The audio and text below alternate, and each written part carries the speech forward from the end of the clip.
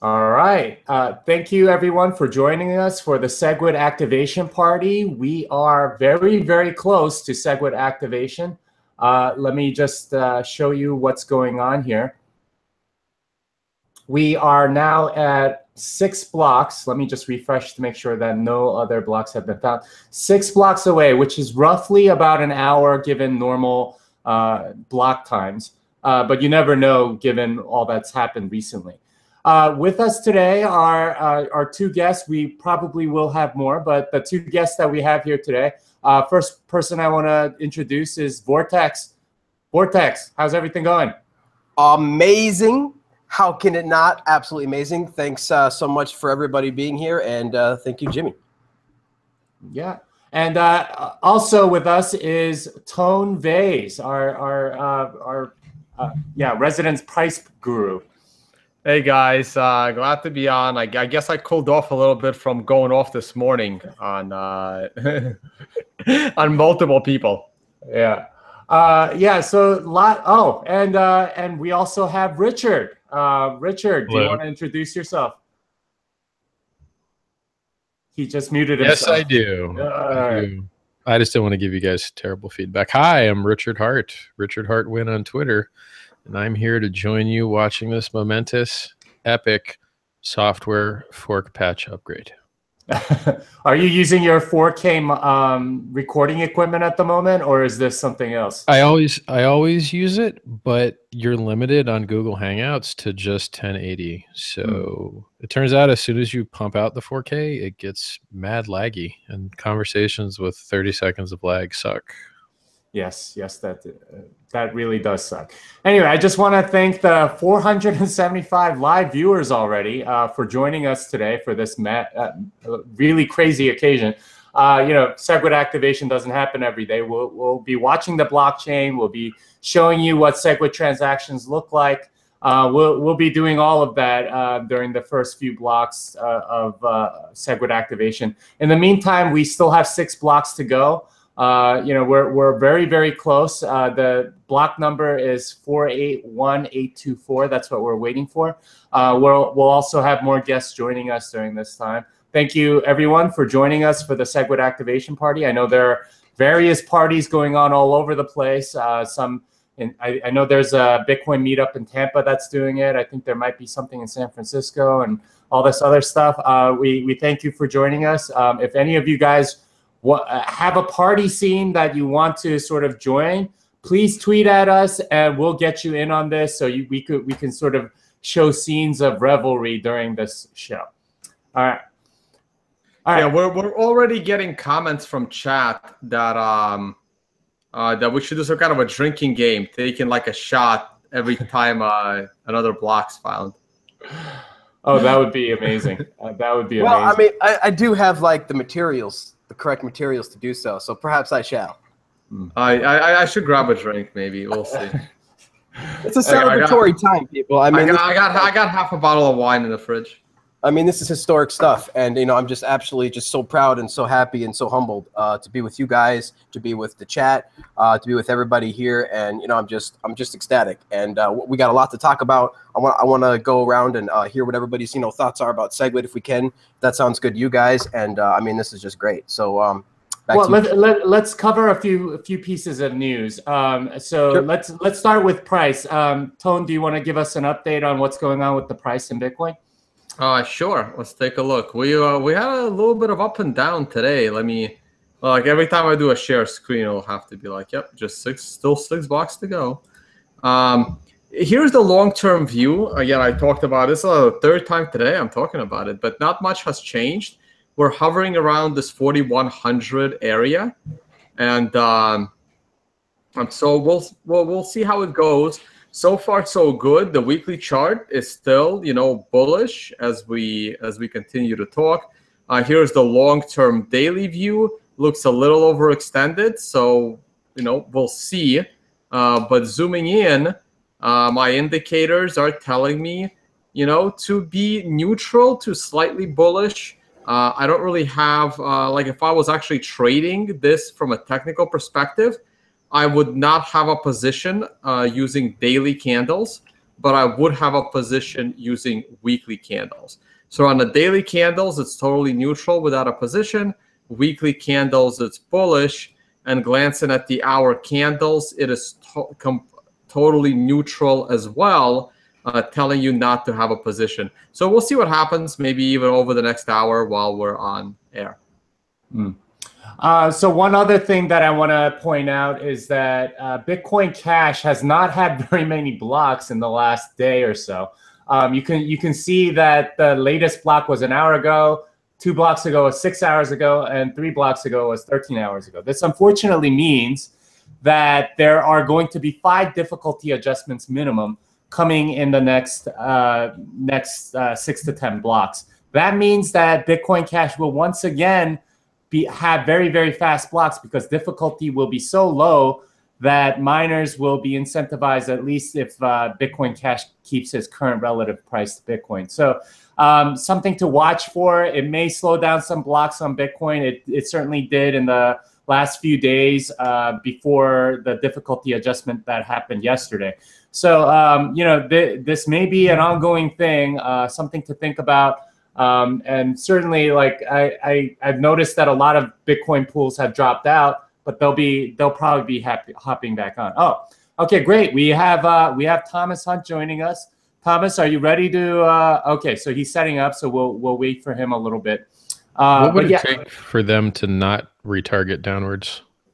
So it would require 6 blocks every 12 hours, and it has to be sort of a continuous thing. Anytime at any block, if you see that there are, if the median time passed of the 6 blocks before is 12 hours earlier, then you do a difficulty adjustment downward. And that happened 8 times over the course of the first 3 weeks that Bitcoin Cash existed. And that contributed significantly to why Bitcoin Cash was so much more profitable for certain miners to mine. So as long as someone mines a block once every 2 hours, they shouldn't emergency retarget. Yes, and this is something that I wrote for CoinDesk a while back about how this may be something that Bitcoin miners may want to do, is sort of from a game theory perspective, make sure that they're constantly finding at least 1 block every 2 hours so that they don't retarget downward, and they aren't other miners aren't incentivized to go over to that chain. All right. Yeah. All right. What did Namecoin do in 2011 to patch their problem? Does anyone know? Didn't they start merge mining? I thought that was the main way, but I don't know if there was something else besides merge mining that they did. Well, real quick, Jimmy, we did find another block, so we have only 5 blocks left to go. Okay. Oh, great. Wow. 5 blocks left to go. And the most recent one was from F2 pool. So yeah, they're obviously mining Bitcoin. I did notice that F2 pool of all the other pools, soon as the block for difficulty change on Cash changed, they stopped mining any blocks on Bitcoin Cash. So very interesting stuff. All right, Thomas Hunt, are you with us? Am I casually late? No, you're on time because we're only 5 blocks. We still have 5 blocks to go before Segwit. There it is. Thomas was wasting his time reading, people. Don't waste your time reading. Follow Bitcoin. It's a great book. I got through about half of it. I was trying to finish the whole thing, but Vortex said I had to come home. That's right. I texted his ass to get here right now. The crowd needs him. Bitcoin needs him. We need him. All right. Very good scooter rider. Made it here fast. Are there any again, if you're in a Segwit activation party anywhere in the world, please let us know so you can get on video and we can sort of show revelry happening all over the world. We would love to have that sort of footage on this channel as we do this. Please DM us or tweet at us or something. We're constantly watching Twitter, and we hope to have to celebrate with all of you. The price is flatlined a little bit here, but it's over 4,100, so I'm not complaining.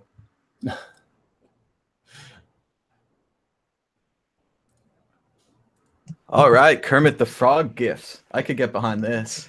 That's right. That's right. I mean, Thomas, I'm just glad you're here, man, because we can't change the world without you. We need us all here. We got to see if we can get more WCN people in here. And then, as of course Jimmy said, if you guys got a Segwit party that you want to like feature here, I mean, that would be great. We would love to live stream a part of your party and really just come together as a Bitcoin community right here live on the World Crypto Network. So did anyone download that Lightning wallet, the beta? I did not. I have not, but I did notice that LND 0.3 alpha release today, so that's pretty exciting. I was fielding some questions on my little test stream today, and people were asking whether Bitcoin atomic swaps with Lightning Bitcoin atomic swaps with Litecoin over the Lightning Network were going to be a big thing. Well, that would kind of put Shapeshift out of business if you could do that, right? Like, because you can just trade one thing for a lot. But yeah. Absolutely. I mean, I'm really looking forward to the atomic swaps. I mean, this is the future, right? To directly peer-to-peer with no central authority be able to transact, and that's bringing the dream of what Bitcoin is. And Tone says this. He just messaged us. We got another block, found another block, and just really quick, I just want to say thank you in the chat to Mr. Johnny NY. We've been chatting a little bit. I'm having a great time talking with you guys in the chat. So if you aren't in the chat, come on in. We're having a good time. We're going to try to moderate it so it doesn't fly insanely fast, but we're going to have a good time. So thank you so much for the tips, and back to you, Tone. I just want to say, while it wasn't but okay. It wasn't a Segwit party last night, but we did have the San Francisco Bitcoin meetup yesterday. We met at Stooky's Bar downtown there. And as you can see, it was a packed house. And then, let's see, that didn't work. Then it was a really packed house. Look at that. It was wall-to-wall people. We filled the room with Bitcoiners. It was a great time. And thanks to everybody for coming. We had a great time last night. Another block has been found, so we are 4 blocks away. We are now 4 blocks away before we have Segwit transactions that are valid on the network and everything else. So 4 blocks, not very much time to go. Let's see. We also got a couple of super chat comments. Johnny New York said, "Thank you guys." Gave us $5 and $8.19. David Sterry says, "New block, folks. Congrats everyone on the upcoming." So obviously, thank you so much for your donations. If you have any questions for anybody on the panel, please super chat or just chat. It's going to be harder for us to see if it's not a super chat because there are so many people on the chat. But obviously that's an option. We also have a donation address. Let me see if anybody has actually donated, but that's also in the YouTube link there. Comments if you want to at that point okay, so we got a donation as well. So yeah, this is a lot of fun to watch. All right, guys, let me jump in here. So I want to ask a question. So what does this mean? Like, we're all waiting for Segwit activation. Segwit is going to activate, but is anyone actually ready to make Segwit transactions? For basically 5 blocks from right now, are we actually expecting, and is it going to be noticeable that people will be making Segwit transactions? Like, I don't really know what it means. I don't know how to make a Segwit transaction. It's really up to the wallet provider, right? Like we're all excited over what exactly? I honestly don't know. We're excited about the amazing features of Segwit, and we're excited about the possibility of beginning to build layer 2, and we're excited about the fact that I know all that. I'm sorry. Right? I was triggered. I'm sorry. But how is it going to happen? How do I make a Segwit transaction? Yeah, so certain wallets already sort of have plans to support it. I know Trezor released a blog post that said, hey, we're going to allow you to make Segwit transactions. I think there are other wallets that have it basically ready. I don't know how hard it is to actually create the Segwit transaction from those wallets. but I guarantee you there's going to be at least one Segwit transaction on the network. And it's kind of bragging rights, right? Like if you're the first Segwit transaction ever, that can sort of be your claim to fame or something like that. So. Okay, so what happens when I don't know how to make a Segwit transaction, right? Like I'm just going to make a regular transaction.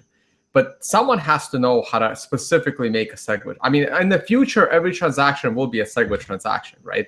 But for now, if you have a wallet and you're making a Segwit transaction, what if you're sending it to a wallet that isn't like, that doesn't do Segwit transactions? What happens? Well, remember, I'll let Jimmy answer the technical part, but remember, it is backwards compatible, right? The core worked absolutely thousands of hours to make sure that Segwit, when it's launched as a soft fork, will be backwards compatible. So it's not going to harm anything, but go ahead, Jimmy. I want to hear the more technical. Jimmy or Richard after that. Yeah. So, I mean, the way that it works is that Segwit addresses are kind of a different format. So unless they give you a Segwit address, you can't really send them, a Segwit transaction. So, they're probably going to give you a normal address if they don't have Segwit in their wallet. If they do have Segwit in their wallet and you also have Segwit in your wallet, then you can just sort of send Segwit transactions over to them to their Segwit address, and then they can spend it later and do whatever it is that they want to. Okay. Oh, I see. So basically, if my wallet provider is Segwit ready, I can generate like a Segwit address. Is it going to start with a 1? What is it going to start with, an S? Like, well, how are you going to distinguish them? I think Thomas can answer that question because he was at the Peter Woolley talk where he talked about all the different ways that they optimize that address format.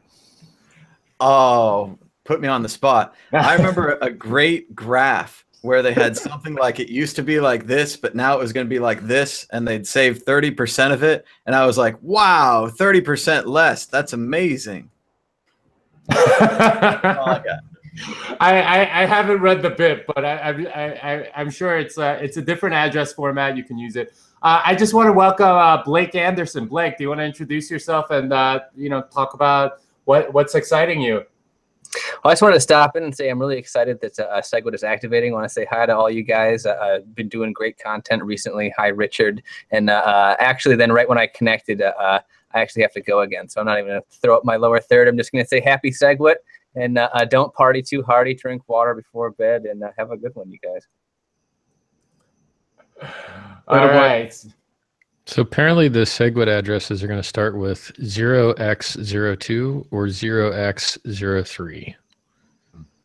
So it says bitcoincore.org/en/Segwit_wallet_dev. I just want to thank Sonny Jacks for giving us $8.23. Very clever. Somebody gave us $8.19 before. 819823 is the very last block that will not have Segwit. So I think that's sort of the joke there. Another question for the panel here from Nick Della Paz. Immediately after activation, what do you guys expect will happen? Price up or down? Thanks for all of your hard work from Sacramento, California. I'm expecting nothing. Like it's a non-event at this point. People were asking me, is Segwit activation, a sell the news event? And my answer was no, because there was no hype the last couple of weeks. Like the price is kind of, steady because we're dealing with Bcash. Like there are bigger events going on in Bitcoin right now than this activation. So this activation is kind of a non-event. I mean, it's true, Tron. I mean, if you look at, people talk about the price, things being priced in, right? Well, sort of, but when you're talking about within a few minutes, yeah, the price is pretty much priced in. But people, we already doubled, right? I mean, weren't we right before Segwit around 2,500 or something like that? And now we've almost doubled. I mean, what more do you guys want? Do you want to? It's pretty awesome. Well, so far. right. Although I think the doubling was probably a delayed reaction to the halvening, right? The supply gone down. Well, no. I wouldn't say that. No. I think that one was priced in before the halvening. That big jump was, basically the combination of user-activated soft fork and the New York agreement. I mean, I'm mostly putting that credit to the user-activated soft fork, of course, because I was on that side of the fence. Others will give credit to the New York agreement if they're on that side of the fence. Debatable. But No, the price jump was basically Segwit winning.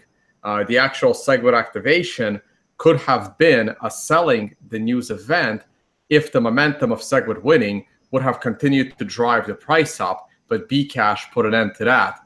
This is why Segwit activation is a non-event. If we were pushing 6,000 right now, then I would definitely say that I think the selling would have already started like a couple of days ago or last week. I think that speculating on the price of Bitcoin is worse than reading tea leaves. I think reading tea leaves, you at least know the tea thing of you. I think any big bank can come in, buy out the order books, and make the price 10,000. And I think any old school holder can decide to just dump and make the price 1,000. And I agree. We've seen this a couple of times. No, I mean, Richard, I agree, but those are unpredictable events, so they're kind of ignored, kind of like black swan events, right? I mean, we can have another 1906 San Francisco earthquake that caused the 1907 financial crisis that led directly to the creation of the Federal Reserve. But these are black swan events, and you don't, speculate for that. We saw 1800, what, 3 weeks ago? I mean, they tripled in like 3 weeks. 5 weeks? Well, more like a month and a half, but but that was it's a big move. I mean, yeah, of course, it was the fear over the hard fork. Yeah, I don't think 50% retracements are that rare. I'm just saying, look, when we talk speculation, and I don't mind doing it because it's fun, but I'm just going to include I would never, ever, ever trade these things I'm saying because I would expect to lose my ass. So I'll give you my predictions that I would never, ever, ever trade expecting to lose. I think the price will go up a little bit, and then I think the price will go down for a little while, and then I think it'll go up a lot. That's my guess. Yeah, and hedging our bets, we've already like quadrupled, and unless Wall Street money comes in, we drop by 75%. Those are my hedge. No, it's that's either a to stay flat, go up, or go down. That's a great way to look at it. It's a great way to look at it. I mean, that's fine, and most people shouldn't trade. I mean, trading should really be for. People hate the rich, but trading is a toy for the rich because they can afford to lose that kind of money. All right, so I think we definitely need to sort of see actual Segwit transactions. So I'm going to challenge the panel to find a donation address that our users can give to us that's actually a Segwit address. So they can give us donations on the Segwit address. We can see if people can actually send to them and sort of do this live. I also want to thank the 1,320 live viewers right now. Thank you so much for joining us for the Segwit activation party. Please give us a thumbs up and a share so other people can find this content.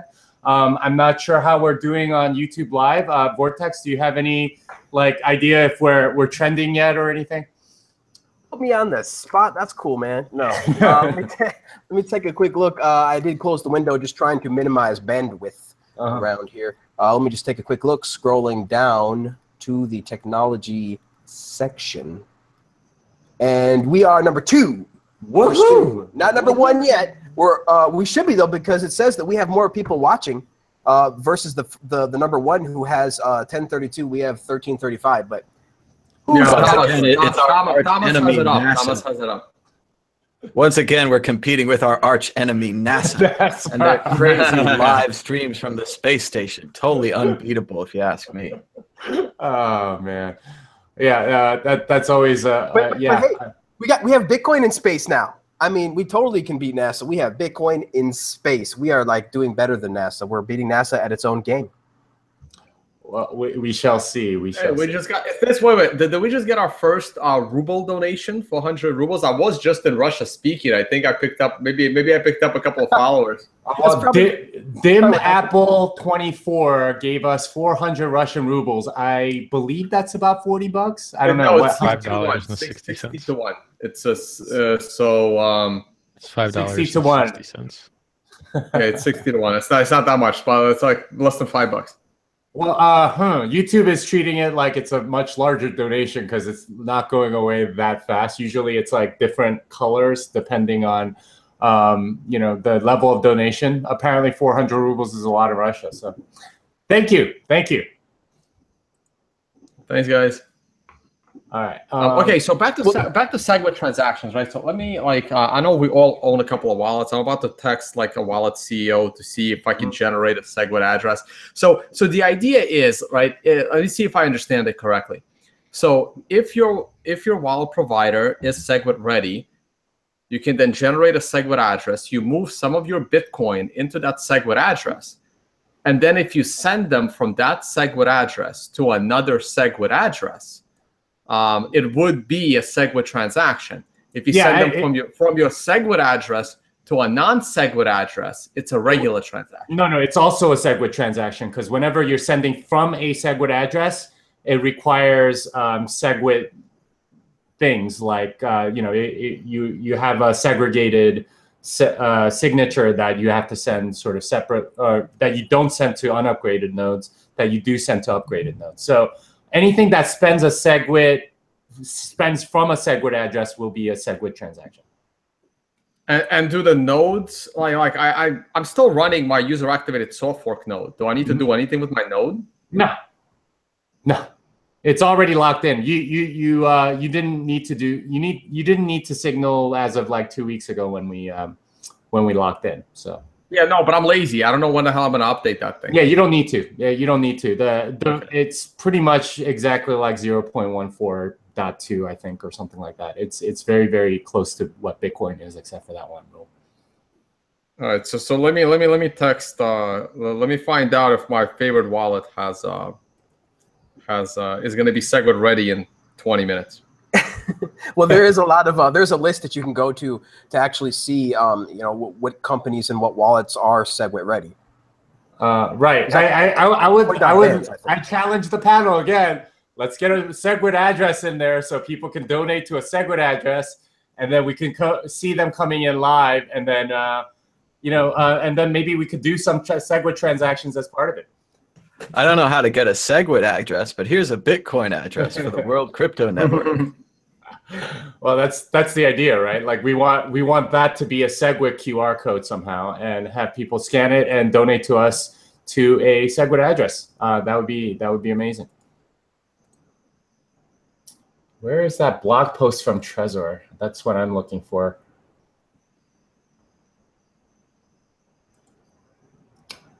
Wow, they're giving away. Can we just start like PMing wallet CEOs to see if any of them wants to jump on here? Oh, that would be great. Yep, that sounds good. Yeah, let's see if we can get one of them on here. I just texted one. We'd also like to thank our super chat for some Norwegian kroners. Very cool, from Goraz. I can't pronounce anything. Goranga. Yeah. Welcome, Goranga. Let's see who is an let's see who does wallets. Mycelium. I don't know. Yeah, I'm texting Rasa now, and I already texted Airbits. I'm pretty sure Armory is ready. I don't know if Goatpig is watching this show, but I can go and ping him.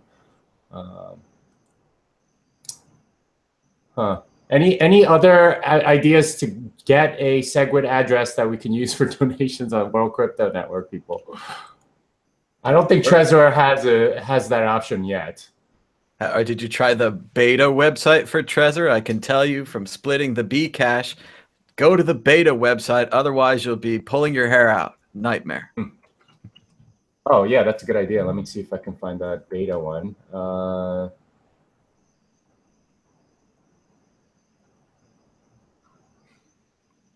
We got to plan better for these things next time. I find it very strange that Max Kaiser is not verified on Twitter. Everyone knows who Max is. I'm not verified either. Does that mean that I'm like less of a person or something? I'm not verified, but my name's Mad Bitcoin, so I don't think they believe that's my true name. Yeah. How do you get verified? It used to be very difficult. You had to be a celebrity, or you had to have someone that was impersonating you, a reason to be verified. But they changed it now. There's a form. You can just fill it out, and then if they say it's okay, you win. If not, oh well. Well, I got like half a dozen people pretending to be me on both Steemit and Reddit. Does that qualify as people impersonating your name? I think that works, and you use your real name or close to it, so that should work. I see. Bitcoin Cash. Bitcoin. Is there like a? I don't see an option for Trezor to generate an address. How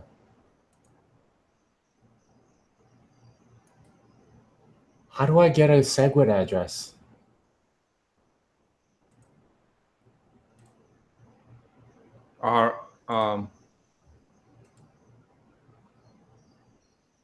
Anyone? Has anyone been able to? Bueller.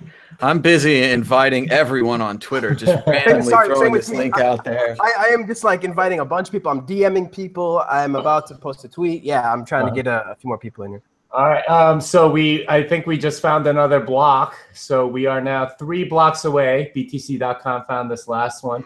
Yeah, it looks like it looks like we're kind of ready. I do want to talk to you about what we talked about this morning, Tone. If you look at the last like 30 blocks on xbt.eu, here, let me share the screen so you can see. I'm on it as well. Okay, but go ahead, share. I mean, if I can do my screen share as well. So yeah. So if you look at it, almost every block is signaling for the New York agreement. Those are the miners, I think, that Alex Petrov was pointing to in saying that these people will be going on the Segwit 2x part of the fork. So okay, and if no node is accepting their transactions, what happens? What do you mean no node? Their nodes themselves. I mean, look, so. If you go to what's the site with the nodes? Is it bitcoin.org or UASF? Bitcoin.org? I forgot what it was. Damn, what was that site? Hold on. UASF nodes.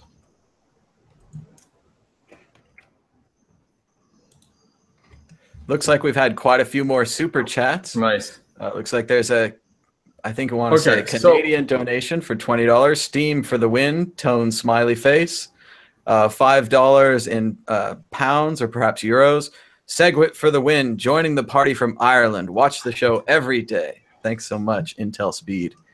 And Alex Kravitz says, ultimate bragging rights. Send a transaction to the new P2WSH native address seen here. Maybe Jimmy can tell us what that means. Holy shit, did someone just donate 500 euros? They did. Holy crap. You guys are too kind. I mean, holy crap. Wow. That's pretty awesome. I mean, we really appreciate this. And, we're just trying to bring you guys the information. And we're trying, we basically enjoy it just as much as you do. So thanks, guys, so much. And also, just really quick, I'd like to thank Mr. Crypto Graffiti on Twitter for the shirt. He sent me a couple of shirts, and I just got to show off this one. One of my favorites. It's all about the hodl. So I just want to thank Crypto Graffiti for those. You guys got to check out his shirts. He's got a lot of great Bitcoin shirts. But go ahead. So regarding the P2WSH address, so the previous addresses before Segwit were P2PK, P2PK, pay to pub key hash, and pay to script hash. Those were the main ones. What Segwit does is it introduces 2 more types: pay to witness script hash and pay to witness something else, which I can't remember. I think it might be pay to witness pub key. But anyway, that's what Alex Kravitz was talking about when he donated the $10. And the address that he gave us is from Peter Woolley's presentation on pay to witness script hash by Peter Woolley, and that's an example of an address. I would love to be able to make a pay to witness script hash address for people to donate to, so we can test this thing on live on air. By the way, thank you to the 1,521 people watching right now. I'm kind of astounded at the number of people that we're getting for this show. So thank you so much. Obviously, thank you for all the people that are in Super Chat, that are commenting, that are kind of like treating it like the troll box from BTCE. I guess those people had to go somewhere since that site's been taken down. So yeah, we're still 3 blocks away, and we're waiting for Segwit activation. Again, if you're watching this show and you're at a Bitcoin Segwit activation party, please let us know so we can like stream some video of people celebrating. We would love to do that. You know, even if it's like just a group of friends, I guess, you know, celebrating in your house, we would even take that. So yeah, Tone, do you have something? Hey, Jimmy, well, I don't want to like, I mean, we can rehash the debate from this morning. I mean, we don't know how long the show is going to last, but the point is, I mean, I don't know if everyone is seeing my screen right now, but I mean, yeah, granted, the user-activated soft fork nodes have come down, but right now, everyone is still running core nodes, right? Like if we go to coins.dance, we'll see the core nodes. So if 90% of the miners are going to mine a big block of Segwit 2x, but no nodes are accepting that block, what happens? Well, that's kind of the hard fork, right? Like you have one side that's core, one side that's 2x. Right. I mean, that's what I'm saying. Like, I have no intention of running a BTC1 node, right? Like, I'm not going to accept a 2 megabyte block. Maybe I'll be the last person not to accept it, but I guarantee you I won't be. Sure. I think you can run a core software that's been patched or hacked or whatever to still be able to play with the BTC1 stuff. Don't quote me. I'm not totally positive on it, but I think it's the case. Does that make sense? I think so. So I mean, in theory, like you could. It doesn't make sense to me. I mean, either I'm accepting a larger than 1 megabyte block, or I'm not. Well, let me phrase it differently. The graphs which indicate who supports what, I think, can be misleading because you could either switch the day of, and then whatever data we have now is rather useless, or you could make people think you're not running the BTC1 stuff, but you really are. So, you know, I'm just saying that whatever graphs we're looking at right now, they may not be accurately representing the consensus of the network in regards to what they will be running on fork day, whenever that is. And remember, it's just signaling, right? So it's in every miner's game theory interest to signal for a bigger block while not mining the bigger block, sending a shitload of hash rate, mining nothing while they mine actual Bitcoin. Well, I mean, it really depends on what the price is going to be at that time, and that will make the big difference. I did check out just quick update on Trezor. I checked out their blog. They only have Segwit addresses available for Litecoin. So not available for Bitcoin yet. So we have a new guest, Robek. If you want to introduce yourself, I think Thomas invited you. So let's hear what you have to say. Still muted. You have to unmute yourself. Yeah. Hey. Can you guys hear me? Yes. I have a big giant microphone. It's not compensation. So yeah, I'm Robek. I've worked with Tom a little bit on some of his Curio project, mostly focused on Ethereum blockchain, but I've been following you guys for a while. So yeah, just a crypto artist and sidechain developer. Reached out to him on the Twitter. So you're welcome to continue. I won't interrupt too much. You can check out Robek's cards right here. He did a little version of Mad Bitcoins, a version of my friend Travis, and a version of my friend Rhett. You can see him winking there. It's a great animation. And we also seem to have Jack. Jack, can you introduce yourself? Yeah, what's up, guys? I'm a little starstruck, honestly. I've been watching this show faithfully for a long time. My name is Jack Mallers. I recently wrote a Lightning wallet app that I open sourced. I call it Zap. And yeah, we are working hard for both Bitcoin and Litecoin. I think Litecoin will have a mainnet transaction on Friday, actually. I just talked to Charlie Lee about that. That is amazing, Jack. Can I just real quick, Jack, compliment you on the UI? I mean, I'm a web developer, so that's the only part that I know. And I got to say, man, that thing looks slick. It looks clean. I mean, you are doing the community a great service. I mean, Andreas Antonopoulos talked about so many times about how we just need better user interfaces in this space if we're going to really eventually go mainstream. And obviously, it's really early days, but Jack, that's hot, man. That stuff is awesome. So thanks so much, man. Appreciate it. Yeah, I appreciate that. I know that in my personal opinion, Segwit is going to usher in this new Bitcoin era, which will come about a lot of things. And one of them could potentially be more mainstream adoption, where we see a lot more consumer-facing opportunities for a lot of people, a lot of different people.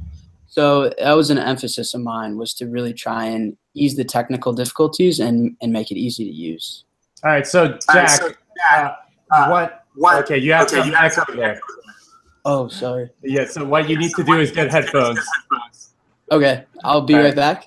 Okay, so let's mute him. We did find another block, so we are 2 blocks away. 2 blocks away before we get Segwit transactions. All right, somebody else is echoing too. All right, so one of the things that we want to ask Jack is, how do we get a Segwit address so we could test this thing as soon as we get to a point where those transactions are legal. We would love to see that. If there are other wallet developers that want to join us, Thomas is, I think, hard at work going on Twitter, trying to get them on the show right now. Obviously very happy. By the way, Robeck, where's my card, man? How come you didn't do any, me, Tone, Vortex? I mean, I think we're feeling a little left out. I've got a couple in my back pocket for it. So it just depends on future scaling, depending on. Robeck, can you speak up a little bit? I mean, your volume is really coming through. I can talk literally into the mic at the moment.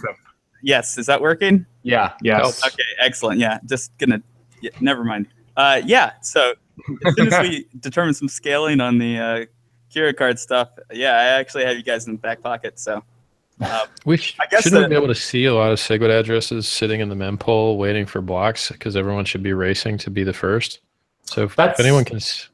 Yeah, that would be a really interesting thing to figure out. I don't know if any of the block explorers are currently sort of support that, but let's see. So panel, let's go to work and figure it out. Question for Jack. So I think we as a panel want to see sort of like actual Segwit transactions, and we want to make it possible for our viewers to sort of test it out by donating some money to the World Crypto Network. How do we get a Segwit address? What wallet do we use? What should we do? That's a good question. You can actually, through LND, it's fairly easy to use their command line to generate these addresses. I don't know of any wallets off the top of my head that support it, but I can work on it if you guys like. So LND, what's the GitHub thing? I can just try to compile it while we're on the show and see. Yeah, that's the Lightning Labs, Elizabeth Stark and Roast Beef. I can send you the GitHub link. That would be great, because I am going to compile that thing. Damn it. Yeah, no doubt. I actually invited Elizabeth Stark on. We shall see if she wants to come on or not. She asked when. She asked when could she come, and I said we're live right now. So haven't heard back after that. So I don't know. So no problem. But I would like to just really quickly read a couple things that John Light wrote about Segwit. Before it activates. This is why I want to get this in real quick. Just a couple things that he's excited about, which really is what everybody, including myself, is excited about. And just a couple quick things. Obviously, we have the more transactions can fit in each block, right? We have a bit of a scaling upgrade there. We have the transaction malleability fixed. And it's now actually safer to increase the block size limit because of the quadratic, of how this fixes the quadratic scaling, hashes. And so that's just the big things that I'm really excited about. And, I'll turn it back over to you guys. But again, John Light, that was from John Light. And that is twitter.com/Litecoin. Also want to say roast beef. I would invite you to this chat. but you're not following me and you don't have DMs open, so I can't message you. What good is Twitter? All right. It looks like we have a new guest, Chris. If you want to introduce yourself, Chris. He's still muted. You got to unmute, Chris. You got to unmute, and somehow I think this may be our first look at a Segwit party, because that's like very dark, and I see like lights or something. Make sure to bring it up on the big screen. Yeah, I did, but he's still muted. Chris, you're gonna have to unmute yourself somehow before we can see. I do think that you see. Yeah, you're very, very dark, by the way. I can barely make out your face on the screen, but yeah, I think it's his phone, so I don't think he knows how to unmute it. So we're gonna have to wait a little bit before we go back. In the meantime, Sorry about that, guys. I'm with you now. Okay, great, Chris. Can you introduce yourself? Yeah, sure. My name's Chris, in North Carolina, new to Bitcoin, in the finance space, and driving currently in a pretty bad storm. That's why it's pretty dark right now. So I was trying to be respectful and keep things on mute. I see. Drive careful, man. Don't get in an accident because of us. Driving Bitcoin. This is a big deal. Is this like my influence on people now? Like they're taking it to the next level. I mean, at least I was driving and speaking during the day in good weather. It's commitment, guys. It's commitment. Wow, that's amazing. I'd like to thank the 1,660 live viewers. We've had some super chat. Also, the Mercenary. Thank you for your compliments on the show that I did last night. Off Chain with Jimmy Song. I had my first episode last night. There was also Siri Beckett, who thinks that Thomas should make a Segwit activation poem. So Thomas, that's your challenge. I think you're going to have to go and do one of those. All right, I'm going to start working on that. Do you want it to rhyme? He hasn't said, so I'm going to say I want iambic pentameter. Thank you. 1 block to go, ladies and gentlemen. We have 1 block to go. Only one. If you got drinks, if you got party hats, if you got various things to smoke, go ahead, do it right about now, because we have 1 block to go. Yeah, so one more block of non-Segwit, and then the block after that actually will have Segwit. So the next 2 blocks are really critical.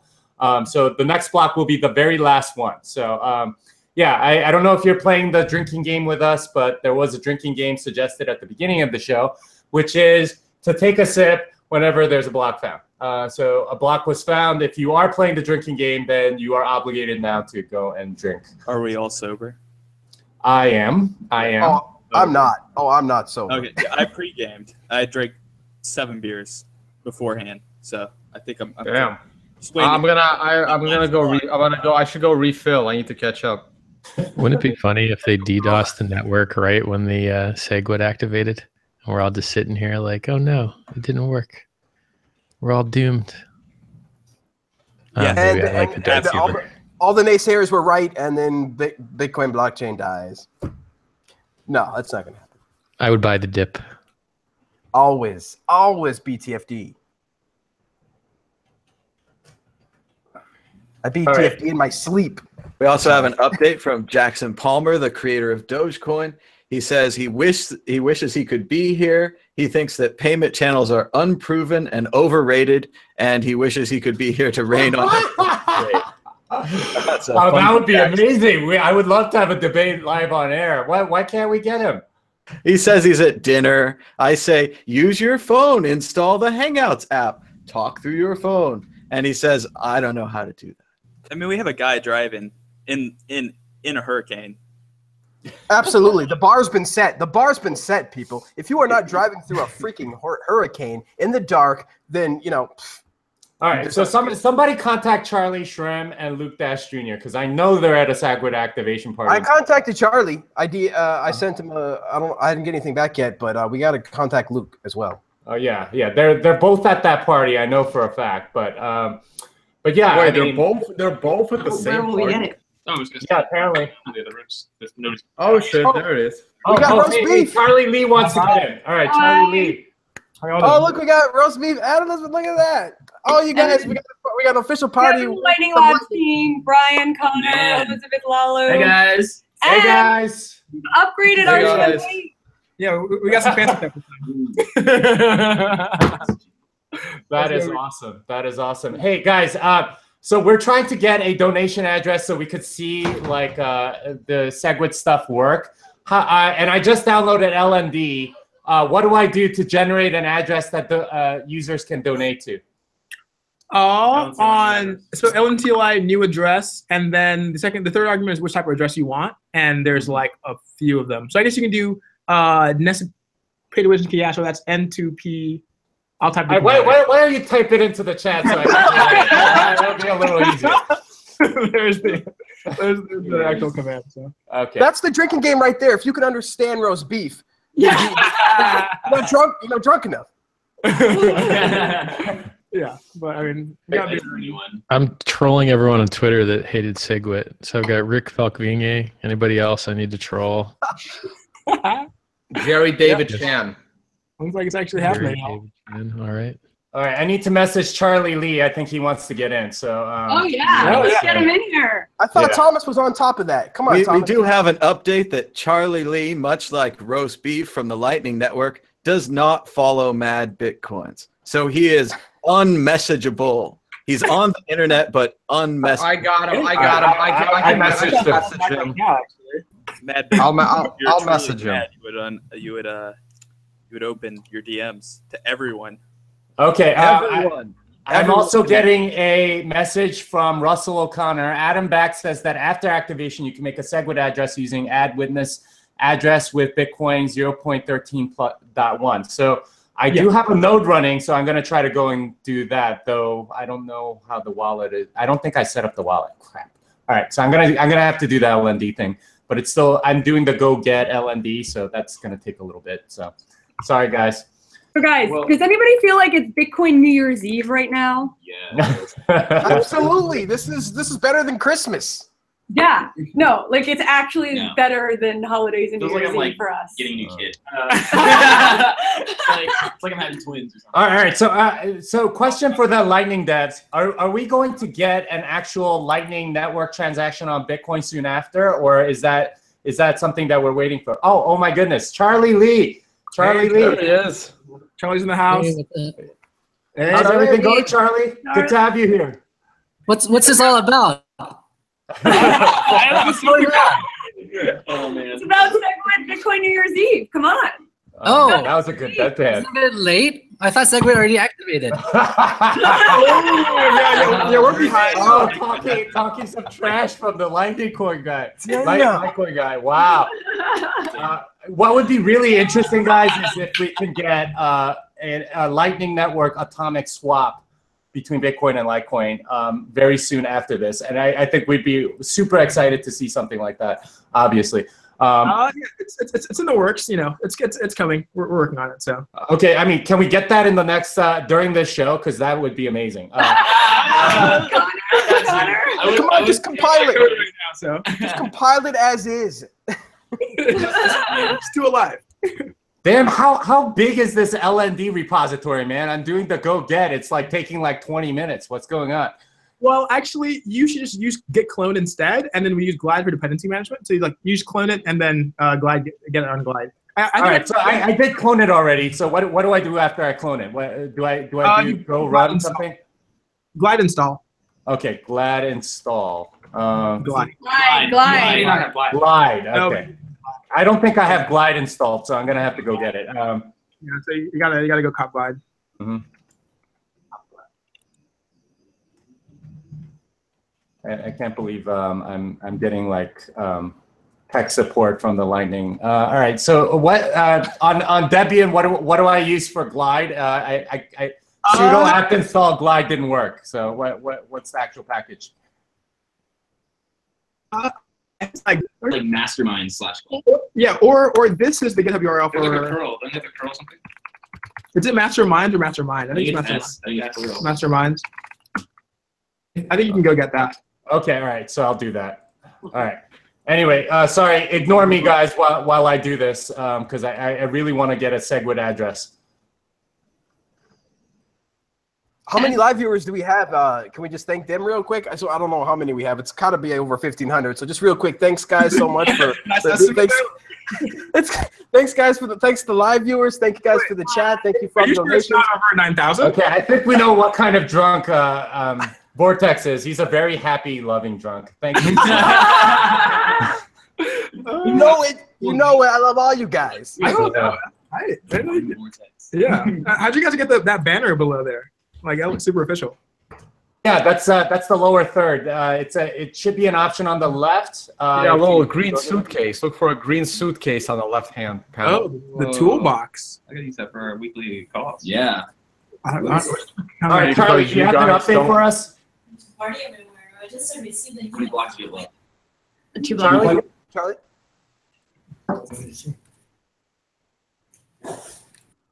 All right, I think we should talk to Charlie Lee because he's already had Segwit activated, so he knows what it's like. He can tell us. But you're still muted, Charlie. Charlie? Come back to me, Charlie. What's up? What's up? Technical difficulties. Can you hear me? Yes, you also see the person behind you. Just let her know that it's visible on your camera. She's famous. Yeah, we have a small little Segwit party here too. Can we get some thoughts from you real quick, Charlie, on Segwit activating on Bitcoin? It's awesome. I've tweeted like all day about it. So Segwit's going to bring about Lightning Network, which is going to be awesome, and cross-chain atomic swaps. The Dragon Ball Z memes were pretty dope, I thought. That's true. Props. Going on. Props. That was some great memes, Charlie. Thanks. And Charlie, are you excited to put Shapeshift out of business with these transfers?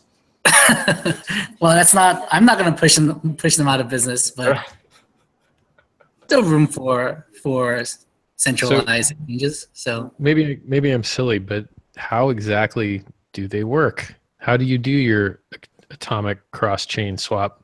I mean, someone has to set a price, right? So like, how does the pricing logic get handled? It's magic. It just works. All right.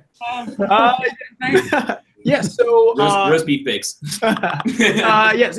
Someone sets a price essentially. The way that fees work currently in Lightning is that you forward out a little bit less than you get in. So that's like the difference is basically the money that you'd obtain. And so then someone would set a rate that like, okay, I will trade you 0.02 Litecoin for your 1 Bitcoin, right? And now that difference is actually exchanged on the edges. So you have a border node that has channels on whatever many different chains. Bitcoin comes in here, and then Litecoin goes out.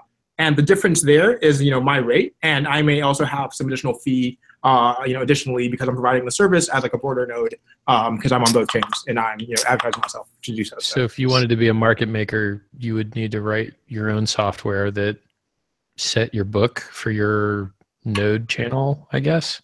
Oh wait, something like that. Did Segwit just activate? I don't think so. I mean, so we're writing some software along those lines as well.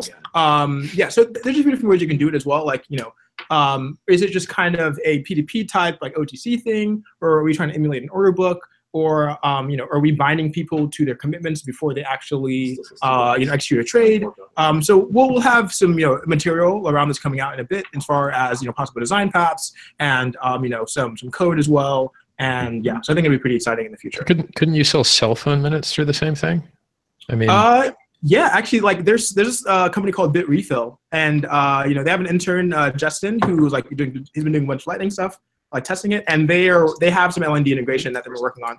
So you can kind of like have a channel and use minutes. Wait, guys. We got another block. Activation! We're at 1 block. 1 block. We're like in Times Square right now. For New Year's Eve. Except you can't watch it fall. Yeah. Right. Segwit is now activated. The next block will actually have Segwit transactions, we believe, correct? Next one. Probably. Yeah, we got it. don't care, They always do like a nice GIF there. I'm excited now. Check out that gift. Mission accomplished. Yes. Can we just thank the core developers real quick? Can we just take a quick second to thank the core developers for this amazing code, getting it to be a soft fork, the thousands of hours that went into this thing, all of the BIP91 activation, all this craziness. Thank you guys so much. And also, of course, thank you to the Lightning developers. We are going to make some history. Yeah. Are you guys at Chain Code Labs over there? Peter Willa. Yeah. Any core developers besides the people there that we can like bring into the party, into your office, or is that everybody in your office over there? This is as far as devs. There's some other cryptocurrency people, but they're not here right now. The developers are the only thing that matters, people. Come on, no. I'm trying to get this lower third thing. Do I have to upload something for this? No. You click it and then you turn it on and you type some stuff and it doesn't show up. Are you very technical? Do you need any help? I can tell you that. Oh man, that's awesome. For everybody. If you have multiple accounts, I don't think it pops up in that bottom left. At least it never has for me. We should thank James Hilliard for the BIP91 because I'm not sure we would have had a fork at all, right? Absolutely. Thank you so much, man. Thank you to all the developers, all of the even the people that that just do the basic stuff that just merge, just everything. We wouldn't be here without you guys. Yeah, 10 people that tested as well. So that's also like a very useful task as well. So. All right, so I want to thank the 2,176 viewers that are currently watching this for celebrating with us. We're obviously now waiting for sort of the first block that has Segwit transactions. Also want to thank the Super Chat. I don't know what MKD is, but we got about 1,000 of them. And it's the person's account name is It's Cold on the Moon. Guys, we got to go back. It's cold out here. And we also got 10 pounds from Daxi. I think that this person is thanking the Bitcoin Core developers. We're still working on trying to get a Segwit address so we can get donations and sort of see them on the blockchain as new Segwit blocks come in.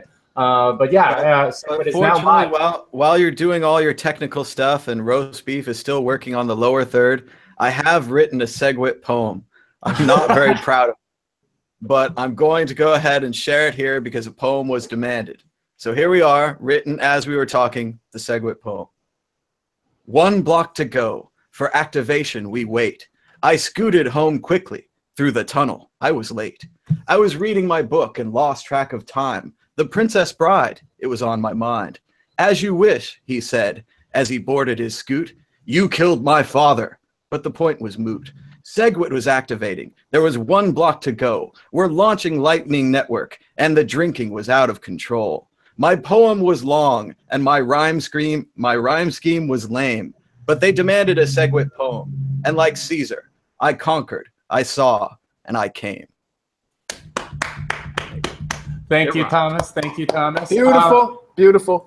According to Tone, MKD is the Macedonian dinar. And we got about $20 worth. So we have viewers in Macedonia that are watching this. Yeah, so he's not Alexander the Good, he's Alexander the Great. I don't even know where that is. Does anybody on this panel know where that is? It's in Greece. I'm thinking exactly. I traveled the world. I have no idea where that is. Macedonia. Yeah. Your Roman and Greek history, please. Yeah. So anyway, there's a Macedonia, Ohio. All right. So anyway, also since we found that block, yeah, you're obligated to drink if you're playing that drinking game along with us. So everyone take a sip. I'm just doing seltzer water, kind of lame, but you know what can you do. Yeah, but that shit's hardcore. So someone that transaction link is a P2 winner script hash. This might be one of the first ones. Okay. Like Segwit in it. Yeah, that's the way they display it. So they're saying 3 Segwit, but it's basically like a P2 winner script hash. Okay, so this, wow. So wait. Oh yeah. Brian. Okay. All right. So there is the first Segwit transaction. You can see that it uses 3 5 Segwit Pi, 3 8 Segwit Uno, And it looks like 1 Bitcoin was sent. So this is a $4,000 transaction. Wow. That's very nice. Yeah. And just for reference, like that's just the way they're displaying it on there. It's just using like a native witness script hash address, which I guess they don't have Beg32. Otherwise, they would have displaying it like that. But, yeah. Wow. Wow. Congrats. I think that deserves a round of applause. And I am curious to see if this gets into the transaction pool. Are miners prepared to actually take these transactions from the mempool if they're running Bitcoin Core? Will it just do it automatically? Yeah, they should be ready at this point. Okay, all right. I think I'm gonna go back to Bitcoin Core to try to generate a donation address. Dude, no, it's it. It's been confirmed. That was it. Block that was it. 1824. That's it. It's done. 1, 2, 4. Yeah. All right. Everyone drink again because we just had another block. Everyone drink again. So yeah, you're one for every Segwit transaction. Yeah, we don't want people to die. But if I pass out on air, I'm gonna be embarrassed. Oh, yeah, this is very cool. Yeah, so you can even see that block. The size and the strip size don't exactly match, which means that someone has a witness data that was accounted properly. So. Wow, and they paid 0.002 in transaction fees, which is on the high side, but whatever. Get to the block. Into the first block. Not bad. Yeah, no, you can't have the first Segwit transaction get stuck in the mempool. That would just be borderline embarrassing, right? Guys, can we just mention real quick that the block was found by BTCC, and it actually says on it first Segwit block mined. Wait, where did Charlie go? We could talk about. Oh, you just lost Your him. brother found the block. Your brother found the block. Why can't you be here? Oh, Charlie, I can't believe you left us at that. Oh man, it's all right. It's all right. All right. Well, what can we do? Yeah. Wow. First Segwit block mine. Wow. That's. Let me share that real quick. Epic times, making history. Yeah. Right so here. you can see it right here. It says first Segwit. That's the Coinbase. Yeah. I don't think that's actually the Coinbase thing because that's not BIP34 compliant. So I'm just guessing that this is what xbt.eu put. I believe if we go to it says BTCC. It says BTCC, Jimmy. Yeah, it does say BTCC, but the actual Coinbase message might be a little different. So we can check that. But the difficulty just went down, right, everyone? Like, what did it go down to? Did we see? I guess we can go look. What's the I just website? wanted to say I've been trying to be really healthy lately, but it is a party, so I think I'll have one of these maybe. Yeah. Goodness. Pretty sure that's healthy. It's pretty healthy. I don't know. I see the Bitcoin difficulty at 280,000. It looks like Even more probable. I don't know how to. Yeah. Let me see here. Bitcoin difficulty Just is... went forked up. I'm reading the wrong one. Sorry. Fork.lol is the gift that just keeps on giving. I read the wrong one. It's 900 Put me salmon for the million or something. 923 exahash, I think, is the current difficulty. I think that's a little bit down from the previous one. Yeah, it went down. Yeah, which makes sense because it took 15 days instead of the normal 14. I think the last difficulty change was August 9th, and right now we're on the 24th GMT. So, yeah, that makes sense. To segregated witness and happy birthday. To who? To Segwit. This is my birthday. This is my leftover birthday with you. Oh, the future applications. That is awesome. That is awesome. Jimmy, looks like we are trending live #1 now. Wow, yes. We are #1. Thank you to the 2,200 viewers. Oh, NASA's going down. Solar eclipse? All right. So we have a couple more super I can't see donations. anything. Couple more. Oh, guys, check this out. Check this out. Joe Willie's account. Hell yeah, Sipa got in. That's Wow. Yeah, there you go. And So was that 3 blocks? What was the length of time for those 3 blocks compared to the previous 3 blocks before Segwit? I think pretty slowly. I mean, well. But. Yeah, I don't think it's any faster than before. But yeah, let's look at the super chat. I wanna thank Brian Star Staroselsky. Oh, man, it's really hard to pronounce that name. Staroselsky. The viewers demand a Thomas Hunt Vortex Segwit 2X freestyle to an uplifting beat like Eye of the Tiger. All right. And then the other one is from Eric Scheel. $100. Segwit is live. Kick-ass party. Thanks, guys. So, you know, yeah, I want to thank John Smith for pointing me to the Peter Woolley tweet that he's the third Segwit transaction ever. Very nice, very nice. But now I have to figure out how to get a donation address. This is very, very annoying to me right now. I would love to have our viewers be able to send some money to us. Unfortunately, that's proving to be a bit difficult because I don't have a You guys want to hear what RBTC thinks about Segwit locking in? Oh, yeah. Oh, please. Congratulations to Blockstream Core and their supporters to have activated successfully a poorly solution through censorship, propaganda, astroturfing, exclusion, deceitful strategies and lies, and a massive amount of appeal to authority. May the best chain win. Always good for some. Indeed. May the best chain win. May the best chain win. I wanted to ask the Lightning developers, how do you feel about, you know, RBTC's sort of attitude towards this thing? Like, does that get you down, motivate you? What's sort of your perspective? You're muted, by the way. I mean, we're a very friendly bunch, you know, like, but we also have a low tolerance for bullshit. That's how I'd say I'd put it. Like, I missed the question, sorry. how do we feel about RBTC? So, like, if the RBTC folks are friendly, great. Like, we love to chat. But if people just want to spread, like, FUD and bullshit, like, we have things to build, you know? So then I've got champagne. So I think there's some well-intentioned people there that want to chat with us, and we're always happy to chat with them. But if it gets to, like, you know, on all sides of the community, right? So, Yeah, well, we have shit to do. So. Yeah, I spend most of my day coding because I don't really know RBTC that much myself. All and right. thank you so much for doing so, Rusby. Thank you, man. Thank you. Yeah, someone's got to get shit done now. I mean, Lightning really is free transactions pretty much, right? I mean, that's great, isn't it? Well, so yeah, so, you know, nodes can set their advertised fees on the network. And so if it's like a single hop, there's obviously no fees there because I'm directly paying you. But if you have, you know, additional hops in the actual payment path, then, you know, each of the nodes will have a particular fee that that they'll extract, meaning that they'll expect a certain amount and they're rejected otherwise. And, you know, the fees are actually, especially mill associates, so you basically have like a base fee, and then, well, this is the way it works currently. You have a base fee, and then you have a proportional fee, which is your fee rate, right? So I'll say maybe my base fee is 2 Satoshis, and then from there I'll charge you like 0.00001% or whatever.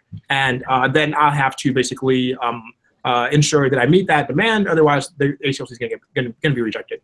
And so that's where it's right now, but in the future we can add additional, right? Pardon? It'd be cheaper than a blockchain transaction no matter what. Oh yeah, I mean, we envision it's going to be pretty cheap because you know, you're just using CPU cycles and some bandwidth in a point-to-point link versus like this entire, you know, global system itself. So yeah, you don't have to pay for a limited resource. It's much more abundant CPU. Exactly. So yeah, I'm not forcing the entire world to store this transaction for all time. Instead, it's basically between me and this guy's hard drive over here, and eventually, you know, when we close the channel out, we can reclaim, you know, some of that space. So yeah, that's great.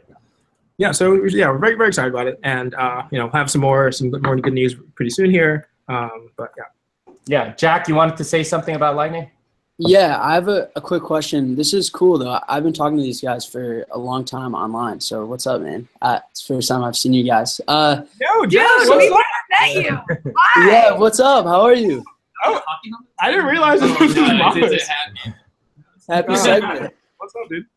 So I have a question. I think the next round of FUD, if I had to put some money on it, was going to be hubs potentially centralizing the Lightning Network and people utilizing hubs to relay their payments through nodes. And I would like to hear your opinion on that and just thoughts on Lightning hubs in general and how they'll play a role and, you know, the centralization risks that, you know, that could potentially happen.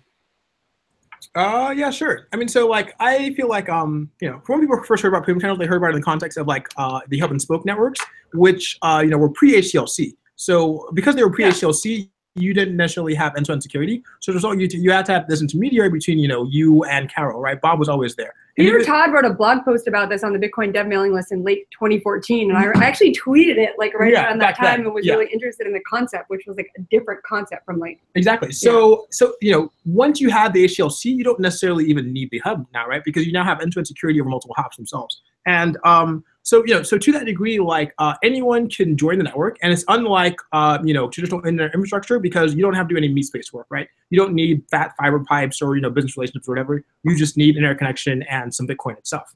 And so I guess speaking about is there going to be like one mega one? I don't think so, because first there's like actual physical constraints. Like you're going to run out of like ports and file descriptors, so you're not going to have like one that serves an entire network. Beyond that, there are also questions of fault tolerance. You don't obviously want to just have everything on one channel, which and if the hub is compromised for some reason, then you have your funds will be unavailable. And even to that degree, like it depends on your economic activity, right? I could have some like subcluster between me and my friends and like the local coffee shop down the street, and I don't even actually interface with any of the rest of the network, only if I actually need to go through it. So I think there's a lot of disincentives involved, and we also have some new modes in the new release of LND, which we call autopilot, which itself essentially allows you to tell the daemon that it can do automatic channel management, right? So the way it works right now, you can basically give like a budget and some constraints, and it will attempt to automatically open channels for you. And the way it does that, there's basically a configurable set of heuristics, and right now the heuristic is based off of something that like was studied in the past. Basically, how do you make a scale-free network from a random graph? And we think this will also help to actually form the topology of the network itself. But end of the day, we'll see what happens. But what topology do you guys anticipate if it's not hub and spoke? Topology? Yeah, the network topology. So I think that there'll be combinations of like the people running this autopilot mode, maybe looking to maximize their own free revenue. There will be people that are interacting with maybe like some particular application. So it's going to be they will kind of have a little more tendency to go towards the application center. But it's really should be seen at the same time. But even in that case, like if you were to ask yourself what are the negative impacts of like having this quote-unquote centralization, it's very different than on the actual base layer, right? Because there's zero cost for switching essentially on this layer, and also there's no very, very high cost for entry or even leaving it itself. But once again, we'll see, and we think that things like autopilot, basically these intelligent heuristics, which try to open channels such that the path length of the diameter of the graph as a whole tends to a smaller amount, that would have some impact as well. Quickly, so we had a release today, so LND 0.3 alpha, so it's our last major release before the beta, and it's feature complete, has spec compatibility added, had the Litecoin support added in there, so that was a big milestone. It's funny, we actually didn't plan for it to be today, but it just so happened that it ended up being today, which is really cool. It was always meant to be. It was meant to be. Yeah, it was meant to be. And then in terms of, so there's actually a cool graphic that we have of the current testers of the nodes, and it's not hub and spoke by any means. Like it's quite, so the internet in and of itself is what's called a scale-free network, which means that yes, there are some, say servers on the internet that have more connections than others, but it's not 100% decentralized, and the nature of these networks is they cannot be, but scale-free means it's still relatively decentralized. And I would say that right now, the current architecture of, say, our testers on LND is pretty much in line with scale-free, which is cool. Oh, wow. Well, I'd be excited to find out. I think a visualization of that would be really interesting for our viewers. Once you get your node up, I typed a command. Like we have this rendering of the graph currently on testnet. Well, that should be dash dash. Can we put it on the screen so people can you share it? It's there's a little monitor with an arrow in it on the left that if you want to click on. Well, give me 1 second. Okay. All right. In the meantime, Tone, do you want to talk about price? Has that moved any since activation? No. No. We're at 41.65. I mean, if we moved up maybe 10, 20 bucks. I think there's a lot of optimism right now that should. I mean, there should be a lot of optimism and buzz over the next week or so. So I am expecting us to go up a little bit. We'll see what kind of buzzkill the big blockers give us between now and end of year. They'll keep trying. I know that. Great. He said no. All right. Jack, did you want to say something? Sorry. Yeah, I also just I would kind of want to hear the clarification from the Lightning guys one more time, because I remember I'm a diehard WCN fan. I remember there's an episode where you guys were discussing security in Lightning and if people can track transactions and are people vulnerable to spies watching transactions? And I know that Lightning leverages onion routing, and that I don't know where those rumors were coming from, but I think if roast beef were to clear that up as well, I think that would be really helpful. Yeah. So I mean, so the way things work in Lightning is that every single node, the connections between the nodes are encrypted automatically. So we use this cool thing. It's called Nodes Protocol. One of the guys then created Signal, invented it. Trevor Perrin. It's used in WhatsApp as well. So basically, from that, it's unlike Bitcoin where you can just snip passively nodes traffic. With Lightning, all the connections between each node is already automatically end-to-end encrypted, right? So additionally, within that, when we actually send payments, we use onion routing, meaning that we have this like blob that's basically wrapped in a bunch of layers of encryption, and we send that to the first node of the hop, and it basically tells it how it should forward the payment, but then also basically who the next hop is in the actual route. So given this, they don't necessarily know the source of the destination, but they do know who the next hop is, right? And we do some things also. I mean, so this format called Sphinx, and basically it's fixed sized, so people don't necessarily know, exactly which, where in the actual ultimate route they are. The question is now, like, where does that leak, right? So the things that leak, beyond that are that people have like, it has like some logs basically, and they can keep those logs, they can delete that log, and also because we're using onion routing, it's not necessarily safe against like a global. We got Segwit. Welcome, Charlie. Are you at a Segwit party right now? We're just hanging out with Luke Tashir and a bunch of Bitcoiners, and we're hanging out at Tampa on the water here, and we had a big Segwit cake, and we made a big we upgraded our champagne. We got some good champagne over here. So we're in a car now. We can't have champagne in the car, but we're going to have daiquiris. We're going to daiquiri deck. Okay, all right. Well, we're excited to see more of the party scenes and stuff. Good to see you guys. Hey, Charlie. Oh, Charlie, when are you getting married? Tone! I know Tone. Hi, Tone. Hi. Hey, guys. What's up? Hi. Hey, Charlie. We need speaker. I know, I can't hear them. All right. So I think we also got somebody named Peter. Peter, can you introduce yourself? I'm not sure who you are. Hey, what's up? Okay, I think Peter, you need some earphones, so I'm gonna mute you. But yeah, wow. We really have a party going. Let's let Charlie just say maybe just a few words about Segwit and the activation and how you feel, Charlie. Unmute. You're muted. This is like long time coming. I mean, it's just so exciting because finally we can add on so many things to the Bitcoin protocol right now, and we can finally move forward. It's not, people are like, yeah, great, like more space, like more transactions. It's not just about that. Segwit is a gateway to a lot more. As Luke was explaining to me, now we can do so many more things to Bitcoin and move forward. It's like that door that we finally walk through that enables us to have multiple layers and so many more things to it, and it's amazing. Thank you, Charlie. I just want to thank Ross Brutzman, who gave us $10. He commented on roast beef. He says, please put towards Neuralink for roast beef. I think people think you're talking so fast that it's hard for people to get it, that they need a direct neural link in order to understand what you're saying. Dude, the code, right? Honestly, right? This is slow-mo roast beef. You don't want to see like lightning roast beef. Yeah, lightning, right? Yeah. You actually do that. Yeah. Like coding would be amazing, right? You're just like thinking, like moving through the code base and like modifying things. Oh, that'd be pretty cool. All right. So we also have Crypto Graffiti joining us. I believe Vortex thanked him earlier. I also wanted to thank him for getting me some shirts as well. So Crypto, welcome. Want to say a few words? You're live, Crypto Graffiti. You can say stuff now. What's up, guys? What's up? Good to hear you guys.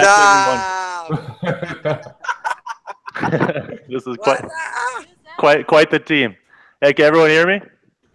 Yes, sir. Yes. Hey, congrats. I think this is a big, what's up? Big step forward for Bitcoin. I think Segwit is huge for keeping keeping this in the hands of the people and keeping it less centralized. So, congrats again. I got my mezcal here, and I'll leave it at that. Awesome. Unfortunately, we haven't had like another block to celebrate with. I think we're currently playing sort of a semi-drinking game where Yeah, we need another block. Yeah. Anytime there's a Like- block, like everyone the takes a drink. Bcash thing. Nice. When like Bcash got forked, but then we waited so long for another Bcash block, and then it never came for like 3 days. Yeah. That's a lousy drinking game. Drink once every 3 days. Yeah. Hold on, Courtney wants to say something.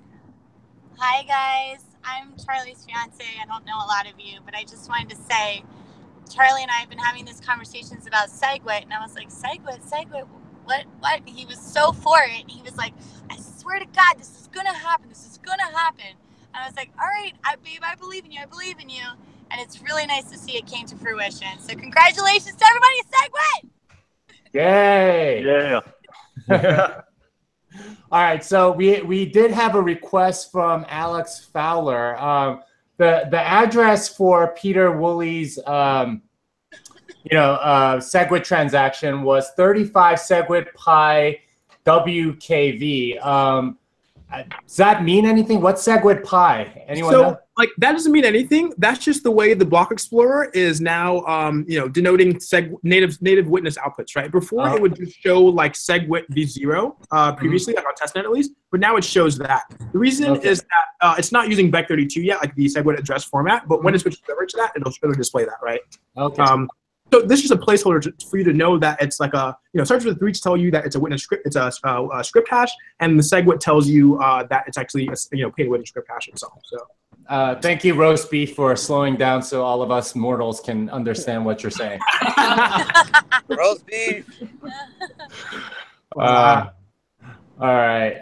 Let's see what else is going on. Any other news that people want to talk about right now? Obviously, we have Segwit activated. If you're joining us just now, we did see Peter Woolley's transaction. There's Lightning Network stuff going on. There's this very interesting tweet. People are cheering Vortex, I guess, with a little Jameson there. Thomas, you want to say something about that? No, just people are sending me pictures of their celebrations on Twitter. Keep it coming. This guy's got a shot of Jameson there. We're going down here. This guy's watching us on his monitor. He says, Bitcoin New Year's is fun. And then we had another one here. It looks like he might be down by the water with a shot of mezcal. So very good stuff. Let's keep it going. Little dancing guy there. Play that GIF, actually. What is that? I don't know. It's not enough bandwidth to play. Oh, there it is. Oh, there it is. There it is. That's the Carlton, yeah, with some other face on it. I don't really understand. Yeah, I'm not sure whose face that is, but that's great. And look, people are watching Jimmy on TV. He looks so big on TV, much bigger. I think I'm a pretty big guy in person too, but yeah, sure. All right. No, we can only see the top half of you. That's true. That's true. I guess I could back up. I might not even be wearing any pants. All right. You might not. Hey, are we going to get that rap between you and Vortex that the viewers wanted? Is that happening, or are you guys working on that? I think we need some royalty-free music. If we play anything like Eye of the Tiger, YouTube will shut us down, and it's not a good risk for the ad revenue. All right, so let's go back to Super Chat. Brian Schneider asks, what are the chances BCH babies dump their BCH to sabotage the optics of Segwit? Not really sure what that means. Yeah, if anyone starts dumping their BCH, they're only going to help Segwit. So it's that's not really the plan. And Tom Lomax says, soon all Super Chats will be denominated in Bitcoin. Wouldn't that be nice? That would be really nice. Wow. This Can we thank our more than 2,000 live viewers? We're still trending #1 on the live stream on youtube.com/live. Wow. Awesome. Awesome. Good stuff. Let's see. Any other blocks? Wow, it's really taking a long time after the first Segwit block. I have the graph rendered. This is the network on testnet right now. This is what it looks Just like. like to say good night to Richard Hart. Thanks for joining us, Richard. Rich, you want to say some final words before you head out? Hey, I'm super, super glad to see that the Lightning team has got so many good things in the works. I didn't even know how powerful that network could really be. It can sell more than crypto. I mean, you could use your crypto stuff to sell anything you want. It's like Open Bazaar plus Lightning. It's a lot of use cases. Very glad to hear it. Very glad to see Segwit lock in. It's nice that this network could find consensus and could improve and could upgrade. I hope it's able to do that for a long time to come. Have a great night, guys. Thank you, Richard. Thanks, Great. Richard. Hi, Rich. All right, let's go back to roast beef. So for reference, someone was asking, what does the graph look like right now? So this is the graph on testnet, right? And so we have a command on LNTLI, which is like the command line for LND called describe graph, and we can generate this SVG rendering of the graph itself. So this is what it looks like now. I think my faucet is in the top left, and then these are nodes everyone else is running. And my node's next to your faucet. Is that your node? Oh, That's awesome. Nice. Yeah, so much of this is also as a result of the automatic, channel establishment mode that people are experimenting with, which was released in version 0.3, which we call like autopilot. And it's basically you have it's kind of like a control system that you have basically a heuristic with two commands. One, do I need more channels? And if so, who should I open the channel with?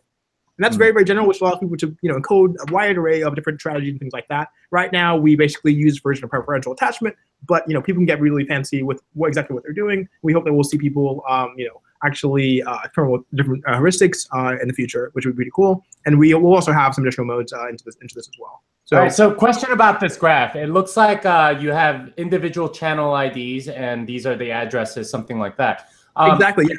How do you know the channels between nodes that aren't connected to you? How do you find out about that? You find that because they'll give you like a proof which you can verify, right? So someone can't tell me about a fake channel because what I demand is the output in the chain, and then you need to give me the public key so I can reconstruct the script hash multisig, and I can verify that. And additionally, I need a pair of signatures between what's in the chain and also the nodes themselves. So okay, so there could be other channels that exist that aren't showing up in the graph because they're entirely private. Is that possible? Exactly, yeah. So it's up to nodes to advertise their channel, right? So for various reasons, I may want to have like a subgraph that which is advertised in the Red network. Because maybe this is like, me, my brother, and like our extended family. We don't want people to route through it. Or maybe some business has like some like backbone which they use to transit, Bitcoin, from one end of the network to the other. So basically, this is the advertised graph on testnet. And when you actually create a channel, you can optionally decide to advertise it or not.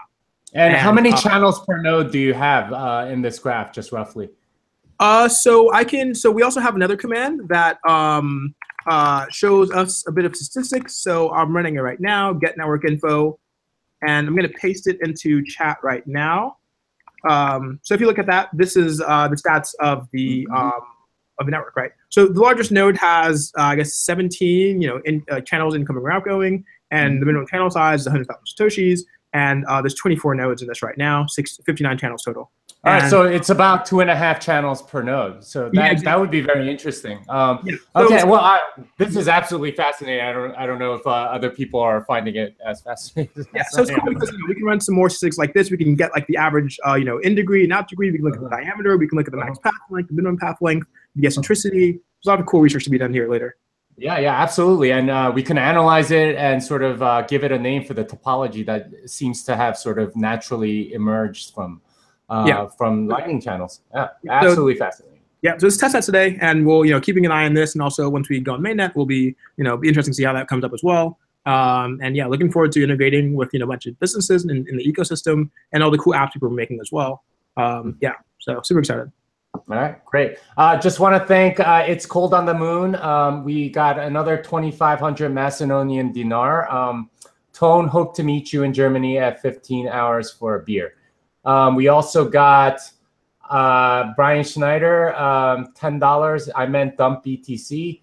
And $8.25 from David Sterry. New block, congrats on Segwit. So we got another block. It's time for another drink. So yeah, the $8.25 is obviously the last 3 digits of the current block. So if you do have something, take a sip. All right, good We've stuff. also got more party pictures on Twitter. Here's what Charlie Shrem and crew look like in the light time.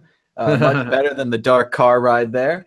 We've also got Daniel here who says he's about ready to pop the tequila bottle open. Looks like a nice bottle of tequila there. We got another picture of us on the TV. Are you sure you have your pants on? And then we've got a great screen cap here of Segwit being activated on xbt.eu. Good stuff. And here's a Dos Equis from Drago. He's also got the world's most confusing chart on there. Other people in the chat are saying that chart is the key to understanding women. That's why it's so confusing. And it looks like we've got maybe an animation or something here. He's partying it up. We're using all of our bandwidth to run the stream, though, so it just looks like a stack of DVDs. Mine's working. All right, at least got a tone. Oh, nice. And everyone's very excited. Price looks like it's ticking up just a little bit there. Tone, anything to say? I just closed the graph. Those are what I'm thinking about it. Let me see on a daily chart. Now here's the hourly. Not really, just a little bit of volatility. We'll give one last. Cool. All right. We'll just one last cheers.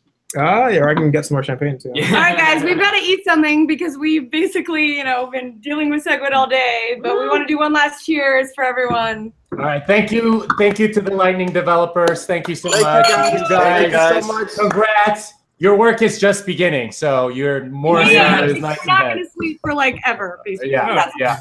These days. But yeah, shout out to everyone else working on Lightning too, all the other devs and everything. But yeah. Also, check out and test LND, our Lightning Network implementation. Check out our developer documentation at dev.lightning.community. Gotta get the plug in there. We actually have a new developer Slack for LND for people that are building apps and want to learn. You guys are gonna have to send it over. You guys all speak too fast. Most people speak slowly.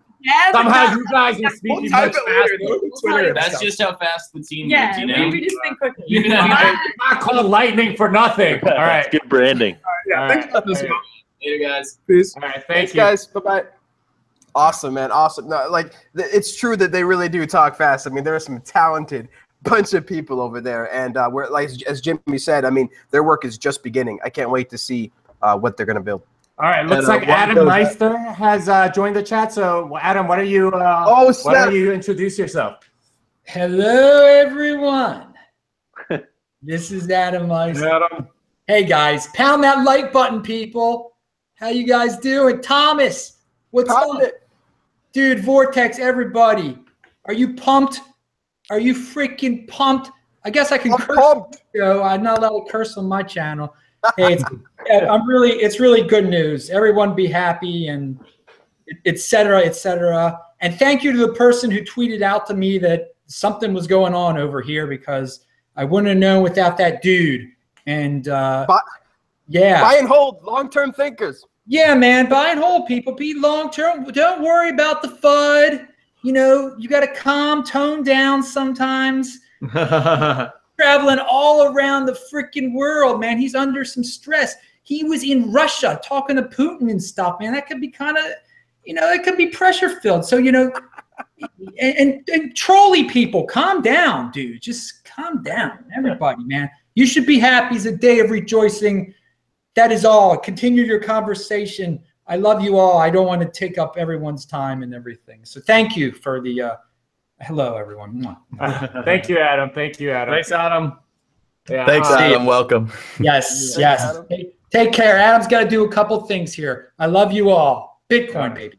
Yeah, I'm feeling a lot of love today. There's a lot of people that are very much in a very loving and good mood. I'm very happy to be wrong. I do have a Medium article coming out tomorrow about why I was wrong. If you've seen my pinned tweet on Twitter, 2 of the 3 predictions are completely off. The third one at least is right, which is we will be above gold at some point, and that did come to pass like fairly quickly. But I will have an article tomorrow on why I was wrong, and it's kind of a very personal one for me because I you know, obviously I've had to self-reflect to figure out why that was. But yeah, you guys can, you know, crow and tell me how wrong I was. I'll give you a chance to do that, you know, once the article is released, or you could do that now. Oh man, I want to do it now.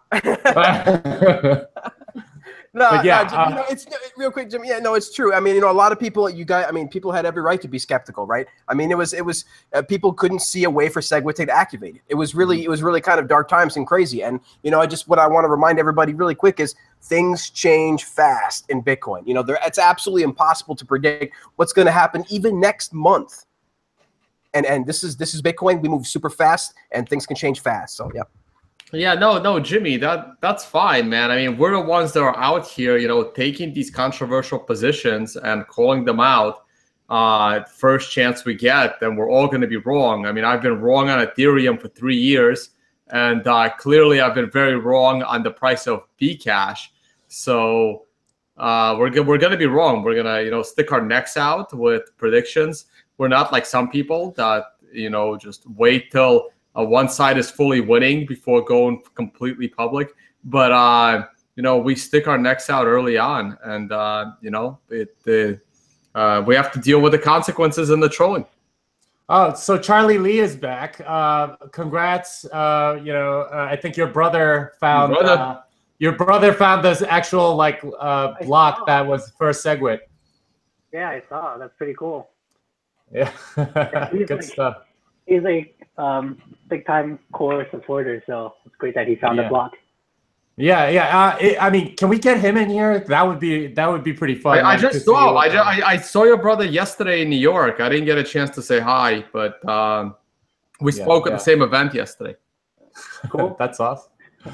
Yeah, Charlie, are you excited about you know, some of the stuff? I mean, the Lightning devs are gone now, but are you are you excited about some of the collaboration that Litecoin and Bitcoin are going to get to have as a result of this? Of course. Did you see my tweets today? I mean, a little bit, but there were so many I couldn't read all of them. So yeah. Yeah, it's exciting times. Charlie and I are going to try and get a mainnet LTC Lightning channels open and transacting on Zap on Friday. We're going to try and make it happen. Okay, well, that's going to be like a significant event. I'm sure we'll all be sort of tweeting it out. Are there any block explorers that are doing sort of Segwit transactions right now in the proper BEC32 format? Anyone know? I'm not sure which ones are actually going to support that. I think like Insight might have it. We're going to add it to Litecoin's Insight, but it's going to take some work. Okay, yeah, that would be nice. I assume that it's going to be a very similar format, except with a different prefix or something, Charlie. Yeah. Well, now that Segwit has activated on Bitcoin, it's just people are gonna spend time working and get it done right. Everyone's really excited about it, so I expect to see quite a bit of wallets supporting Segwit soon, and a lot of Lightning Network UI and wallets and stuff. So very exciting. Are you aware of any wallets that we can download right now that support Segwit on Bitcoin, so we can ask for donations? Yeah, if you use Trezor, I think Ledger Nano S will also. They're gonna start supporting it like today or tomorrow. But Trezor right now supports Segwit, and I assume they're gonna turn on Bitcoin Segwit very soon. Yeah, I did see that Litecoin Segwit works, but not Bitcoin Segwit. So yeah, I mean, I'm sure they just had to turn on the switch. Yeah, that makes sense. Yeah. That makes sense. All right. Or you can use if you use Bitcoin Core, just run Bitcoin Core and use the console to run add witness to an address you own, and then it will spit out the Segwit address that you can use, and you can send coins there, and then you can spend from it. All right, so I'm going to attempt to do that. Since it's activated, I think we have that somewhere. But you guys ignore me. Aren't you afraid that miners might steal your coins though? Because of course they've stolen so much Litecoin already, right? Yeah, because anyone can spend those coins, right? I still can't believe that is actually still going around. Like you can actually steal Segwit coins. I mean, come on. It's been disproven so many times now. I mean, it's been activated on half a dozen different blockchains. I mean, come on. Yeah. Well, people like to spread fun, so. Yeah, it's pretty strange. I mean, so far, you know, Segwit is still working perfectly fine. We found a couple blocks. I mean, everything is going just as planned. It's absolutely beautiful. Hey guys, let's see if we can. Sorry, go ahead, Tom. We've had some requests from the chat to talk about the current mempool situation. It's a little bit congested. Any thoughts? Well, it's. I mean, as soon as Segwit activates, it seems that there is going to be some FUD that's going to be coming, right? So I'm sure that there's going to be some spam incoming on the network again. Well, and also because like our transactions did slow down because of all the hash that was leaving Bitcoin over to Bitcoin Cash, because miners don't really give a shit about the Bitcoin network; they just want to make money. So this is why some of us are considering this Bcash just an attack. So yeah, obviously, if they steal 40% of the hash rate, Bitcoin blocks aren't going to be found as quickly, and Bitcoin transactions will start to pile up, increasing the fees, which should make sense for the miners to come back over to mine actual Bitcoin so they can earn some of those fees. But at the same time, no one really cares about the Bcash transactions. So yeah, the mempool is full because people are actually using it. And now that we have Segwit, and we can have some of those, and I mean, the more people start using Segwit transactions, the harder it will be to spam the mempool. Could we hear from the chat wants us to talk a little bit about Segwit 2x, if that's cool, if we can transition. I'd just like to hear Charlie's thoughts a little bit on Segwit 2x and the recent sort of replay protection that was implemented. Just your thoughts on that, Charlie? So I never really supported Segwit 2x. I think that just doing a hard fork just for the sake of it. I mean, doing a 2 megabyte hard fork just kicks the can down the road and you don't really accomplish anything. And doing it in initially it was 6 months, which is already rushed. And now it's 3 months. It's kind of pretty crazy, right? So you're going to risk the network, risk splitting to 2 different coins just because some part of the community wants to, some people actually want to use this to fire core developers. I think it's just pretty dumb. So it's nice that Segwit 2x got Segwit activated. So good job there. But I think more and more people are going to start to realize that there's no need to do a 2x hard fork in November. And if we're going to do a hard fork, we should take our time and actually fix a lot of issues that actually need fixing with a hard fork and just do it right. And I don't think core developers are against that. They just don't want to do it. They just don't want to rush it. And it's just stupid that Segwit didn't activate until now, because Segwit is a double in capacity. And once people start using Segwit transactions, we'll see that. So I think, yeah, I'm pretty against the 2x hard fork in November. Can I just jump in on this? So Jimmy, again, a chat request. Now, I mentioned on our earlier show that I didn't care about this replay protection thing because, like I said, I don't expect Segwit 2x to amount to much, but I was wrong on that front on Bcash. But it's also obvious that we're still 2 months away, and people immediately started screaming over the replay protection. So it was obvious it was going to be added, and it was going to be added, way ahead of schedule. But if there was no replay protection, what are the risks to either of the chains? Or Charlie, you feel free to take this one before. Yeah, if there's no replay protection, then the same thing that happened with Ethereum Classic and Ethereum would happen with Bitcoin and Bitcoin 2x or whatever you call it. So if both chains are around, then any transactions you do on one chain could be replayed on the other chain, causing havoc. Exchanges could lose a lot of money if they don't protect themselves. Users will be confused. It's pretty crazy if that happens.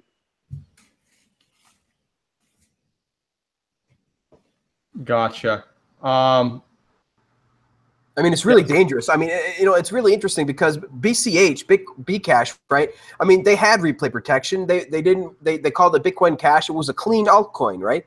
But the Segwit 2x, I mean, they very much want to be Bitcoin. Jeff Garzik, just put a GitHub comment in there talking about how the goal is to be Bitcoin, not a fork of Bitcoin. Yeah, and that's why they wouldn't want to put the replay protection, which would cause them to be just like another altcoin. And Jeff Garzik thinks that, like, because it supposedly has like whatever 80% of the mining hash rate and all these companies on board, that they could claim that they are Bitcoin. But I really don't think they actually have the community on board. And if anything, at best, it's 50-50, which is like really bad. So yeah, I think it's kind of silly that they're pushing for this 2x, but I think, yeah, we'll see what happens. I think they added just today, right? They added opt-in replay protection. It's better than nothing, but yeah, it's not good enough from my point of view. And yeah, go ahead. Do you foresee the community maybe stepping in and coding it for them and seeing if Jeff will merge it or not? I mean, adding full replay protection is very easy, right? It's not about the code. It's more of a political thing. Yeah, and yeah, the thing is, like, I hope it doesn't happen. I hope there's no more forks of Bitcoin, because look at what Bcash has done to Bitcoin recently. It's not fun, right? Bitcoin transactions or blocks slow to like 2 every hour because of miners trying to make money off of Bcash. Yeah, it's effectively an attack on Bitcoin. Yeah, so it's not, if we do another hard fork and then we have like 3 chains, it's going to be a mess. It's already a mess, so hopefully it won't happen. And that seems to be community consensus. I don't know if you want to jump in, Tom, but that seems to be community consensus so far that Segwit 2x is an attack. Well, to me it is, right? Like, I consider Segwit 2x.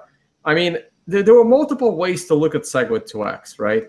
A lot of people were like side channeling me and saying, hey, you should support Segwit 2x. It's a way for miners to save face because they screwed up by, not adopting Segwit to begin with. And now they had to do something so that they don't look weak with the user-activated soft fork, just forcing them to do what needs to be done. And I bought that argument, but I didn't publicly call out the miners that it's a saving face initiative, because it's not really a saving face if everyone is, calling it saving face on public media. So I said, fine, let me not be too critical of Segwit 2x in the beginning, and let's see how they do it. But they actually, started taking this idea to their head that they were the saviors of Bitcoin instead of being humble about it. And at that point, I said, fine, you guys are going to take all the credit for Segwit instead of the core developers, and then I'm going to speak my mind as well against Segwit 2x. So I don't think the community is behind Segwit 2x. Now, at the same time, the core developers, and I trust the core developers. Look, I trust the smart engineers, just like I trust doctors.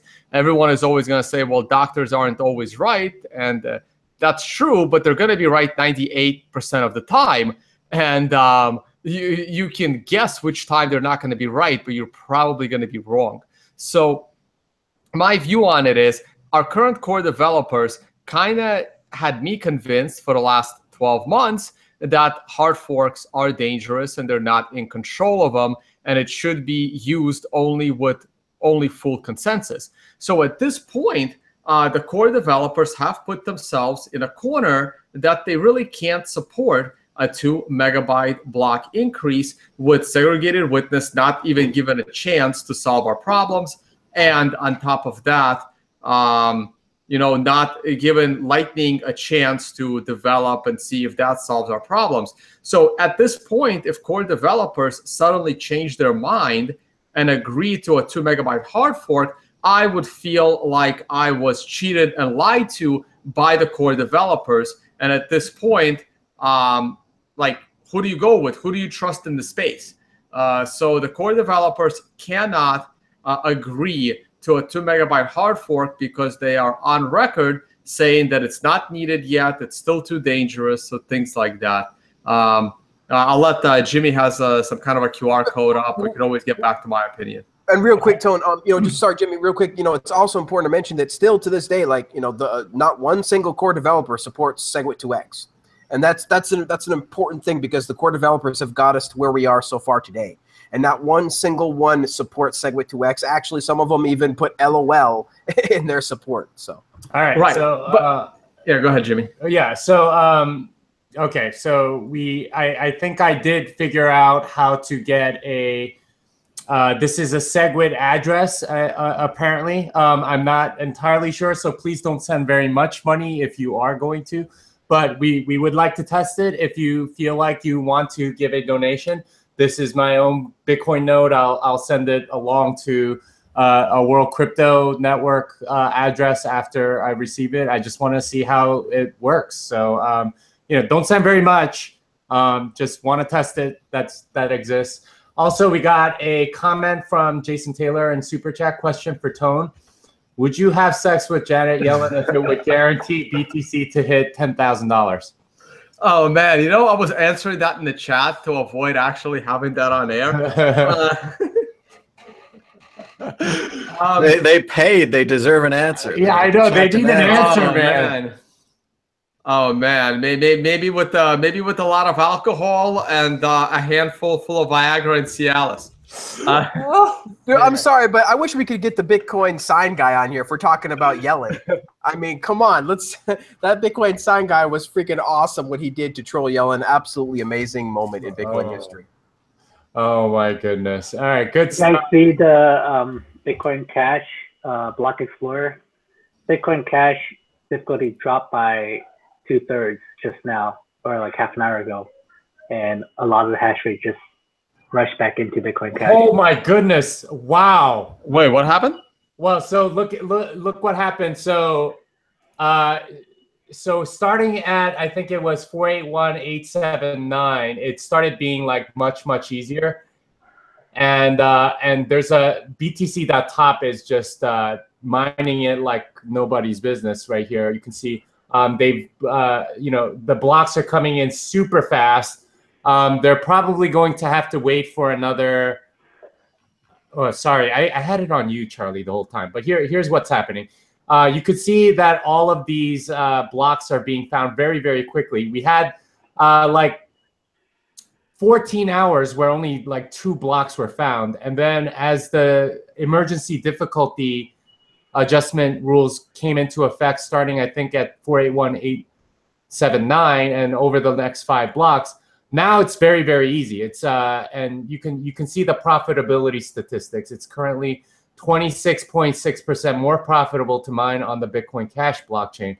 I didn't realize this was happening as we were all celebrating Segwit, but I wouldn't be surprised if a lot of hash power went over there, at least temporarily. Charlie, you tweeted about this before, about how history is sort of repeating itself. And can you speak more about what's going on here? Yeah. So because of the emergency difficulty adjustment, the difficulty dropped by like 70%, and now it overshoots the profitability equilibrium. So now it's much more profitable to mine on Bitcoin Cash. So all the miners, if they were if all they care about is making money, they would switch to mine Bitcoin Cash now and just make 30% or 26, whatever it is right now, 26% more money with the same hardware. And then they would find blocks like crazy, like what we're seeing right now.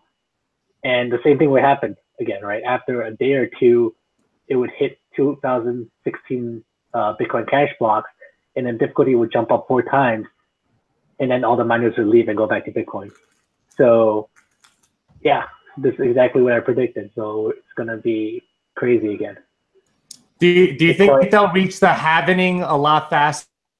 Oh yeah, it will reach the halvening a lot faster. inflation will. It's like a expedited inflation. And the real problem is that miners are just doing this to make money. So they're gonna like keep printing all this BCH and sell it for Bitcoin and just cash out, right? It's just free money to them. Well, let me ask you this question, Charlie.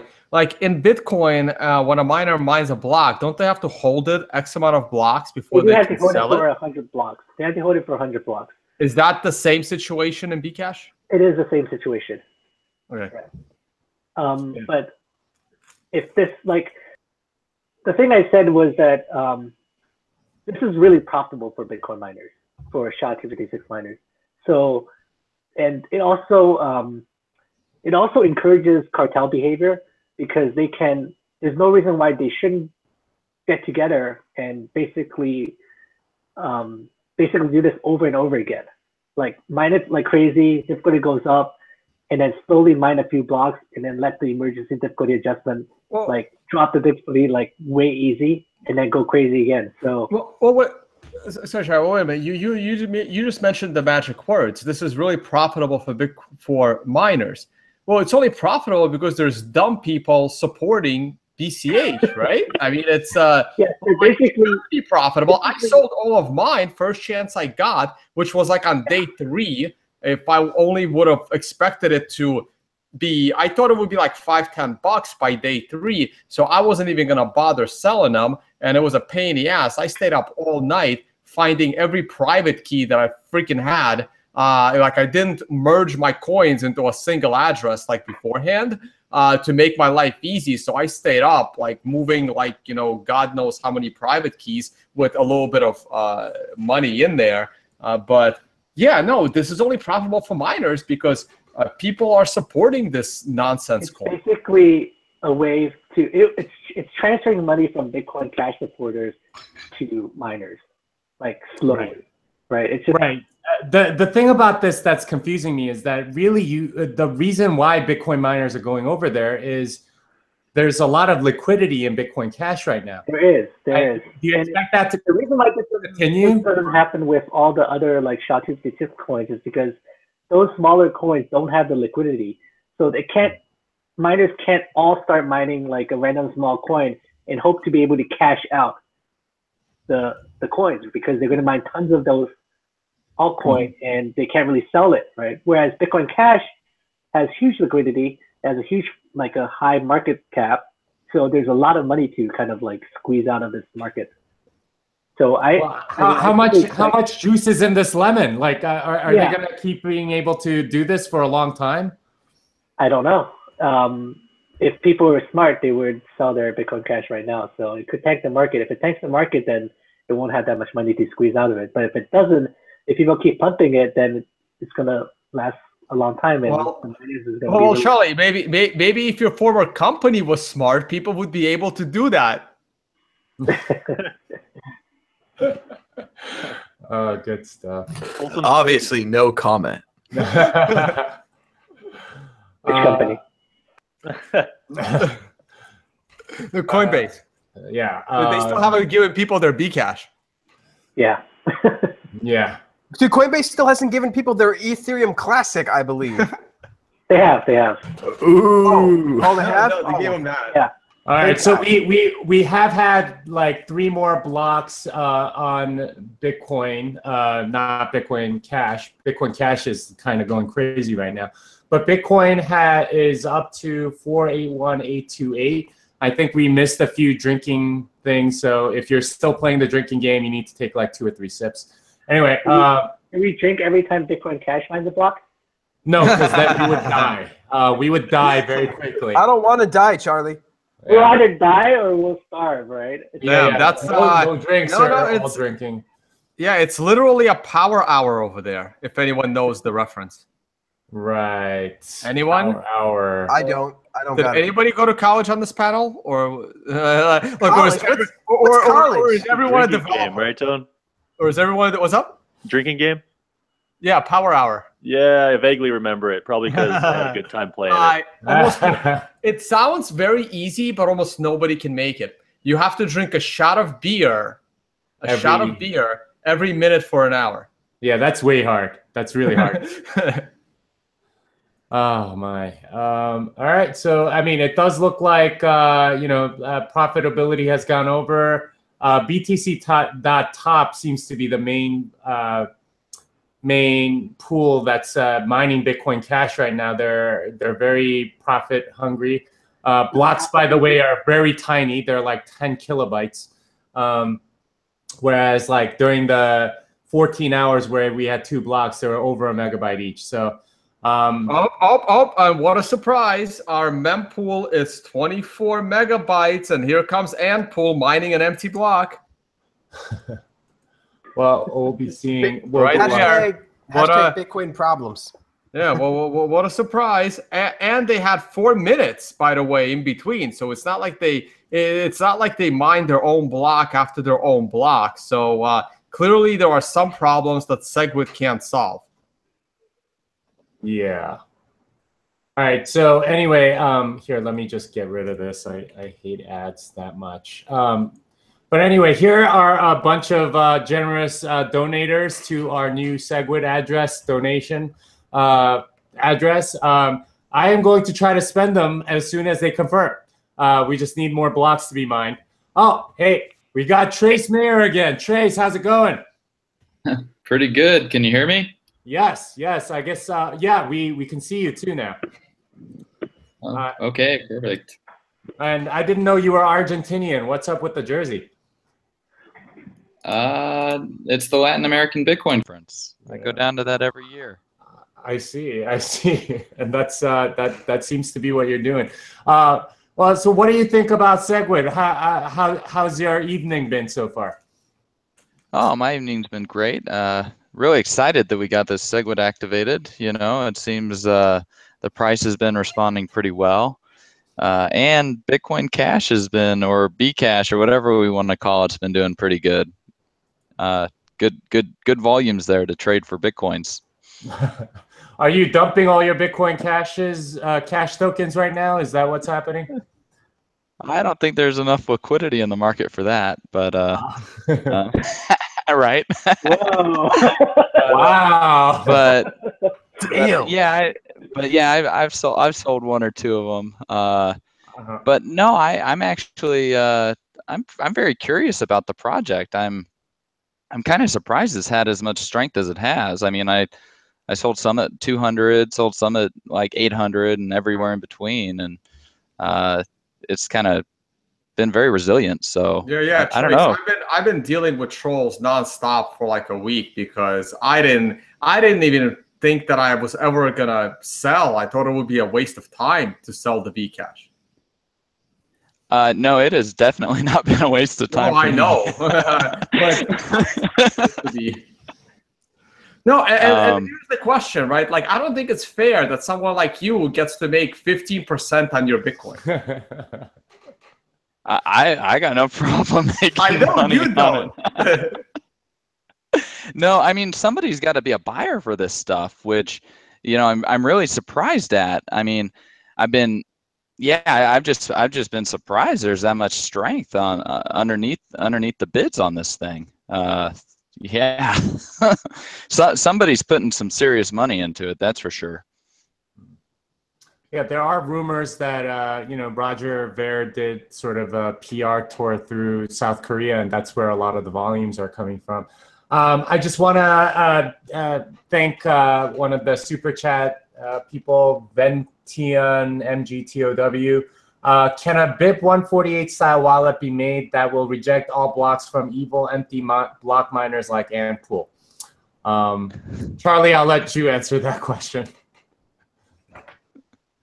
Sorry, can you ask it again? I wasn't paying attention. Can a BIP 148 style wallet be made that will reject all blocks from evil empty block miners like Antpool? No. Yeah. You don't know which blocks are mined by what, right? If you really start doing that, I mean, it has to be a soft fork, first of all. And miners are not going to soft fork to like censor each other. So, or you're talking about UASF, right? Yeah. And like the miners will not tell you that they mined a block, right? Or the pools will not tell you. They'll just be unknown every time. Yeah. Plus, I mean, you can't. I mean, I don't think like end pool is evil. I mean, let's not go that far and say like these are evil actors in the Right. No, I'm not. Hey, Charlie, I'm not going to call them evil either. But again, we're looking at this empty block that was mined 4 minutes after the previous block. It's clearly empty. It has one transaction, and it's not the fact that Antpool is mining empty blocks. What bothers me is that Antpool supports big blocks while mining empty blocks. The thing is, it's all about incentives, right? So if they have incentives, whether it be ASIC boost or whether it just be that mining empty blocks means that they get a block out faster because they don't have to do the crunching of the previous block, then it is what it is, right? So if we want to fix this, you have to fix incentives, right? So if we can think about how they fix incentives so that we incentivize miners to not mine empty blocks, then we do that, right? Until we have that, we can't say that they're evil. They're just playing by the rules. And if it's more profitable for them to not mine blocks with transactions, they don't care about the transaction fees, then it's their prerogative. All right. Damujen on Super Chat asks, who does Trace think is pumping Bcash? Oh, for me? Gosh, that's a great question. I definitely think it's coming out of the Far East. You know, maybe it's a bunch of these new people in Korea. You know, of course, the usual suspects like Roger or Jihan. If we want to put on our tinfoil Faraday cage hat, we could talk about the PBOC. You know, maybe they're behind this a little bit. But I mean, I don't know. But there's some real volumes there. That's for sure.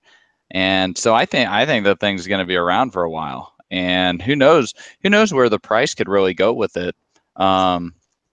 Yeah, I wonder what they've got in store with it. So I haven't sold all of mine. Well, you said there isn't enough liquidity to take all of your coins.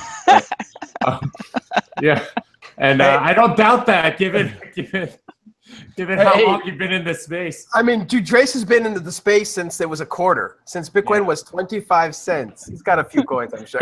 That's when I was publicly talking about it. You know. What's the dollar cost average of your Bitcoin is what I want to know. I got no idea. I mean, I was mining on a laptop, right? But so last week I stopped by, had lunch with Greg Maxwell, and we kind of, you know, we were talking a little bit about the satellite and about this issue with Bcash. And another thing I'm kind of worried about with it is this inflation rate. How the inflation rate of it really seems to fluctuate quite a bit depending on how the difficulty flips around. So, yeah, I mean, it could be very interesting seeing how the miners might be gaming this in order to extract more profits out. Because if you have a bunch of it locked up, like we've got with Coinbase or whatever, and then you look at the percentages that have claimed on things like Stellar or Byteball, etc.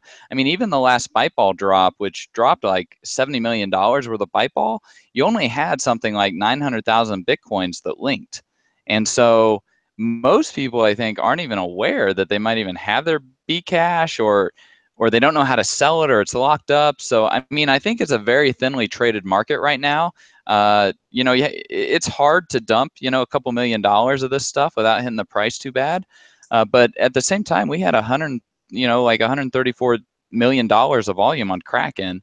And I know Kraken's got real volume on the other side of the trades. I don't know about some of these other exchanges. But there's definitely some real money flowing into it. So, like, I think it's going to stay around.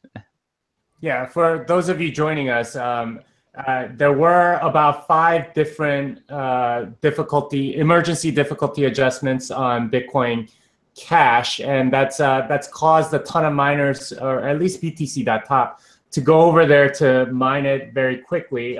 We've had something like 18 blocks in the last hour, which is 3 times faster than what you would normally have. So, you know, that's happening over there. There's, you know, Bitcoin, I think, is suffering just a little bit. The blocks are coming in a little bit slower than usual. I'd say maybe like 12 to 15 minutes on average rather than the normal 10. So Now, I've heard the idea that South Korea are the ones who are buying Bcash, and that South Korea has a very interesting structure. They don't have any local heroes, and they only respect General MacArthur. So if General MacArthur is all that you respect, I say, don't buy Bcash, buy Bitcoin. What are you doing, people? Well, that adds a lot of geopolitical risk, right? Because let's say that North Korea nukes Seoul and like that, and they're just gone. Like, I mean, that could be a problem. Think about the Bcash. Think about the price of Bcash. Right, because we'll. Well, I mean, like. Well, I mean, like with Bitcoin, you have a very widely decentralized economy behind it. I mean, if you nuke a particular city or a particular place in the globe, it's not like you're going to take out a lot of hash power or you're going to take out a lot of the community. You're just going to take out the community in that particular area. But with, if Bcash is very concentrated in South Korea and then concentrated all in Seoul, I mean, that could be, an additional dynamic, because what if North Korea is mining all of this, mining this Bitcoin and Bcash so they can get a hard currency around sanctions? So who knows how this stuff's all playing out. All right, we want to thank Eric Lombroso for joining. How's your day been so far? Oh, it's been wonderful. It's been a wonderful day. I'm very happy. What's your thought on what's happening with Bitcoin and Bitcoin Cash at the moment? It's interesting to watch. I mean, I think all this is an unfolding experiment, and I think that it's interesting to see all the dynamics, like the way that the difficulty was lower. So like there was this ARB opportunity, and like how all the hash rate moves between different chains, and it's really interesting to observe all this stuff happening. It's we're all learning a lot of stuff from this. Did you have any alcohol after Segwit activated? Actually, no, I have not had alcohol yet, but I might start doing that at some point. You're in the one of the authors. You're one of Yeah. the authors. How can you not? It feels like I finished a marathon. I'm mentally exhausted, but I'm so ecstatic at the same time. It's just like weird, but yeah. Been running for like 2 years, right? Yes, a 2-year marathon. Yeah, we need to get you one of those like reflective things that they give you at the end of marathons so you can warm back up or something. Yeah, you might. I mean, it's been a long journey for you, man. I mean, does this feel like vindication for you, Eric? To have it finally be activated? Yeah, I mean, it's it's something we've been working for for a very long time, and we've kind of been waiting for this moment so we can go to the next step and really try to build all these things that people have come up with, and I'm really excited to see all this stuff happening now. So yeah. Mm-hmm. How do you feel about Segwit 2x now that you've gotten all the happiness out of the way? Well, I mean, I think there's going to be more forks. I think that we're going to just have to get used to there being, multiple blockchains in the world, and there's going to be different, markets that arise for whatever. And I think it's really up to users to keep miners in check and to make sure that users' interests are properly represented. But in principle, I think that it's just part of the phenomenon. It's part of the way that the system works, and so. Yeah, I'm not too scared of that anymore. I think 2 years ago we were much more scared of the potential for chain splits, but I think now we realize that it's just part of the dynamics, part of the whole way that the system works. Yeah. All right, so we have a question for you from our super chat. Anomium Innominates asks, if BCH is a subsidized attack on Bitcoin and Segwit 2x is going to be the same, what is the game theory that protects Bitcoin from being cloned over ever further to extract inflation, foster confusion, and erode belief in the 21 million coin cap? Well, I mean, I think this could be tried several times. I think that over time the system kind of adapts and adjusts to it. So it develops it's just kind of like an immune system, that just kind of develops immunity to different kinds of potential attacks. I think that we still haven't seen the biggest fights. I think that right now Bitcoin is grown quite a bit. It's definitely, now a pretty high stakes game, but it's still pretty small compared to other markets, right? So, if it actually grows to be as big as a lot of, these other much bigger markets, we're going to see much more sophisticated attacks. So I think maybe it's best just to see this happen now, just to learn as best as we can and then to know what we can do about these things. Yeah, let me just jump in on that real quick because I also mentioned it earlier. It's just like with altcoins today. I mean, the altcoin movement kind of died down a little while ago, and I mean, the last big altcoin to launch was what, Zcash, and Zuko spent like 2 years paying to speak at every conference known to man in order to pump that stuff. Plus, you know, had VC backers and things, right? Now it's the ICO craze, and once again, the only ICOs that are doing well are the ones that have a big name assigned to them. You know, Reggie Middleton, Vinny Lingham, you know, like Kick, which is supposedly a real company, maybe. But so it's things like that. So I think it'll be the same thing here. I mean, the next one might also be kind of big and important because, you know, Barry Silbert's name and Jeff Garzik name. But after that, you're going to have to find a bigger and bigger player in order to really pump it, or people just won't care. You mean like Mark Cuban? Yeah. You know, look. I know we don't want to say Bcash is evil or anything, but the price is at 666. You be the judge. Okay. Numerology. Thank you. Yeah. I got a question for Trace, actually, unless you have something, Jimmy. Yeah, you go for it. All right. Hey, Trace, here's a question for you, because this is how I felt.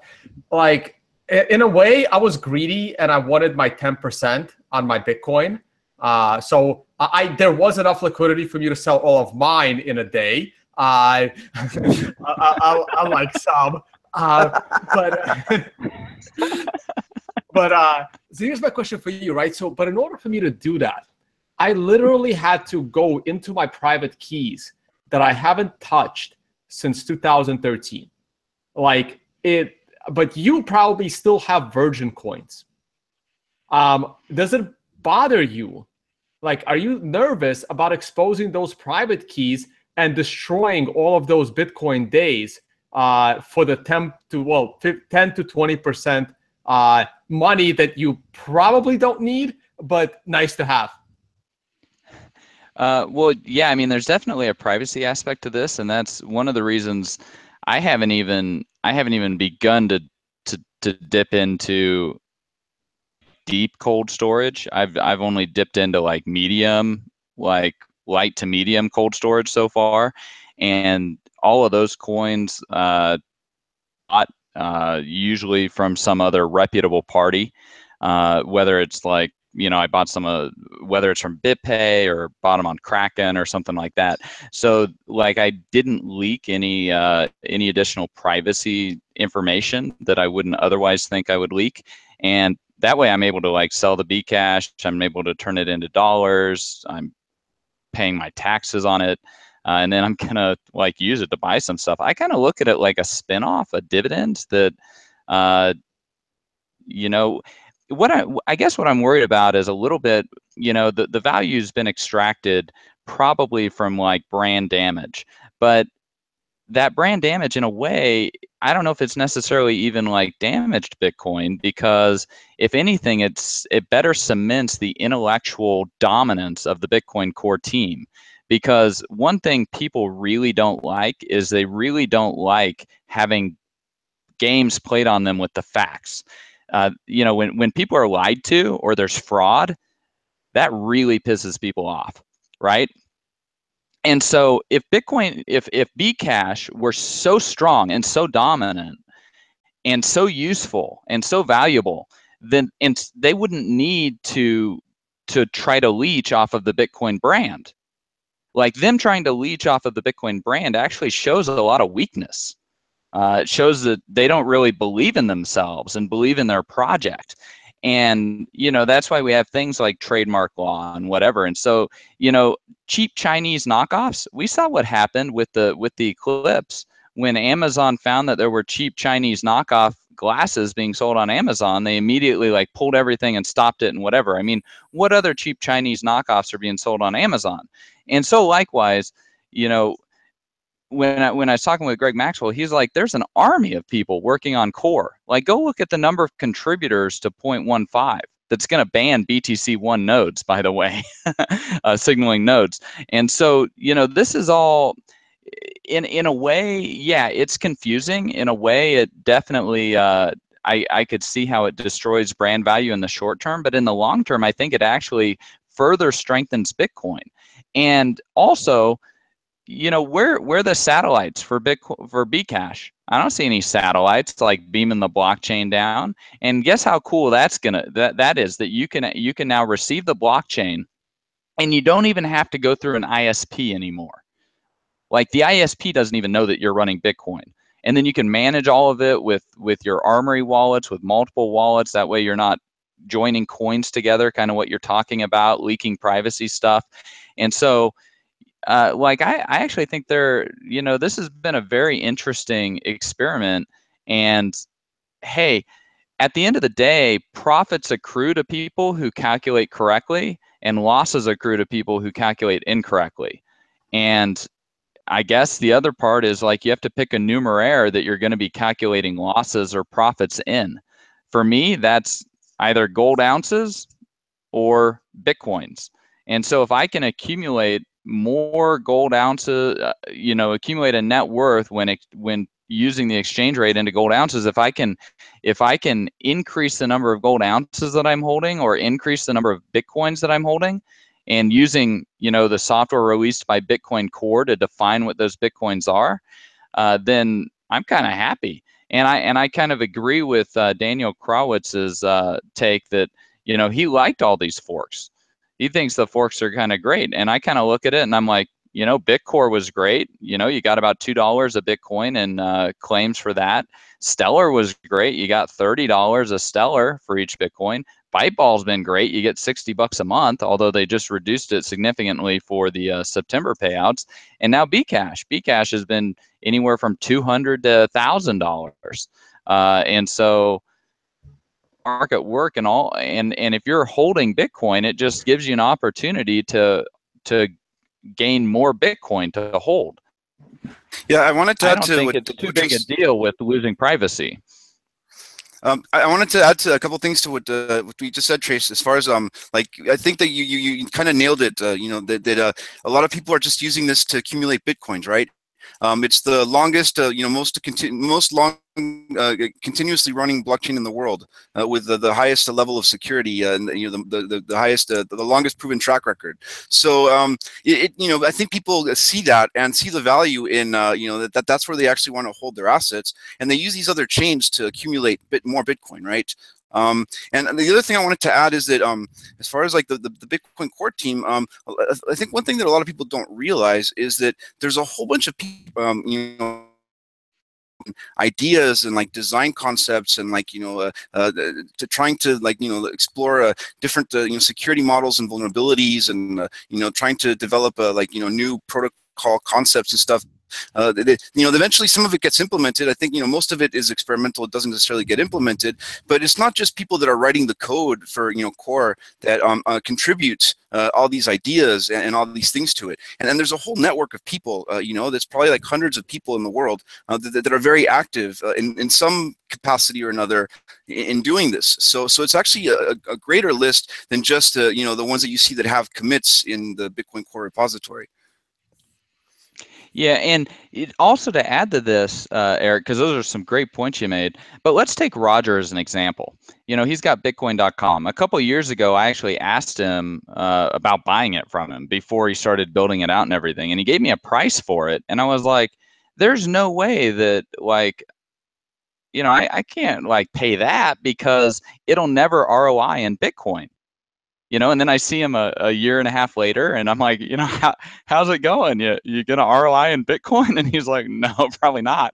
And you look, and I was discussing this with Greg Maxwell last week at lunch. I was like, I would really like to know how much this Bitcoin.com hobby of Rogers has cost him, because if he's had 32 people working on there full time, burning a lot of cash, plus the initial investment, plus he bought it during the 2013 run-up, if he had just put all that in Bitcoin instead of going down this Bitcoin.com rabbit hole, I estimate it's probably somewhere between $40 and $60 million difference in terms of current net worth that his Bitcoin.com hobby has kind of cost him.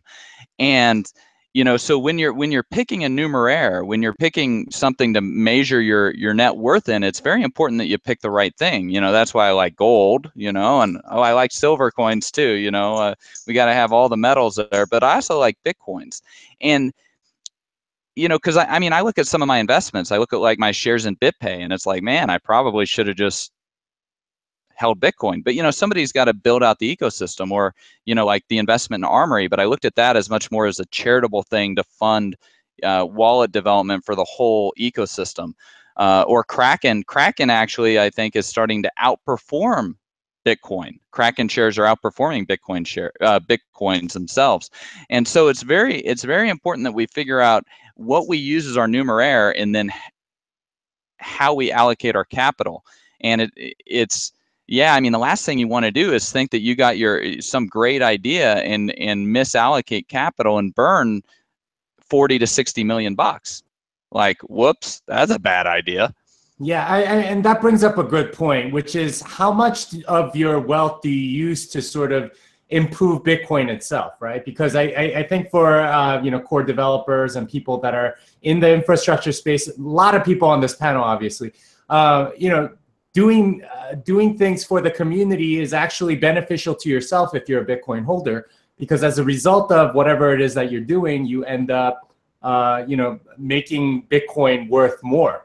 How much of this panel sort of uses that in your accounting, right? Like contributing to the community so that you get better returns on Bitcoin?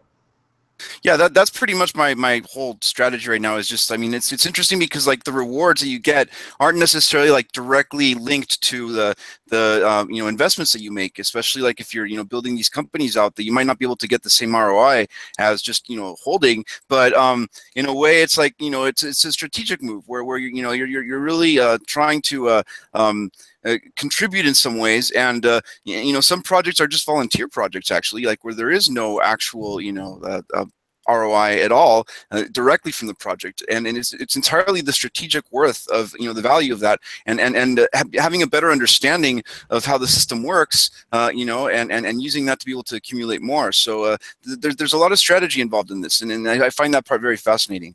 Yeah. So I think we want to say bye to Charlie. Charlie, any last words for us? Yeah, well, related to this topic, people were saying that Coinbase is worth $1.6 billion now, but if investors had put money into Bitcoin instead, they would actually make more money than their shares in Coinbase. But my response to that is Coinbase has done quite a bit for the Bitcoin ecosystem, right? So if Coinbase didn't exist, maybe Bitcoin wouldn't be at this price today, right? Maybe it would take longer for Bitcoin to get to today's price. So you just don't know, right? So sometimes it's best to invest a bit in Coinbase or in companies, in the infrastructure, and also invest in the currency, right? So your investment in infrastructure will help your investment in currency. Right. It's a very complicated calculation that we all have to make in terms of investment versus how much you buy and hold and things like that. Or you can just invest all in Bitcoin and hold, right? And just let other people invest in the infrastructure and just forget about it, come back in 5 years and become a millionaire. Hey, the holders are important. I mean, the holders are absolutely important to the price and stability of Bitcoin. Well, and also this, you know, this gets to my thesis about the 7 different network effects. The closer you are to those more primordial network effects, you know, like speculation, you need a wallet, you need an exchange, then you have merchant processing, you know, so the closer you stay to that core, the better. And then also, Daniel Krawitz was talking about, you know, the investors, the holders, the hodlers, you know, they're God, right? And so they're trying to get the coins to vie for their attention.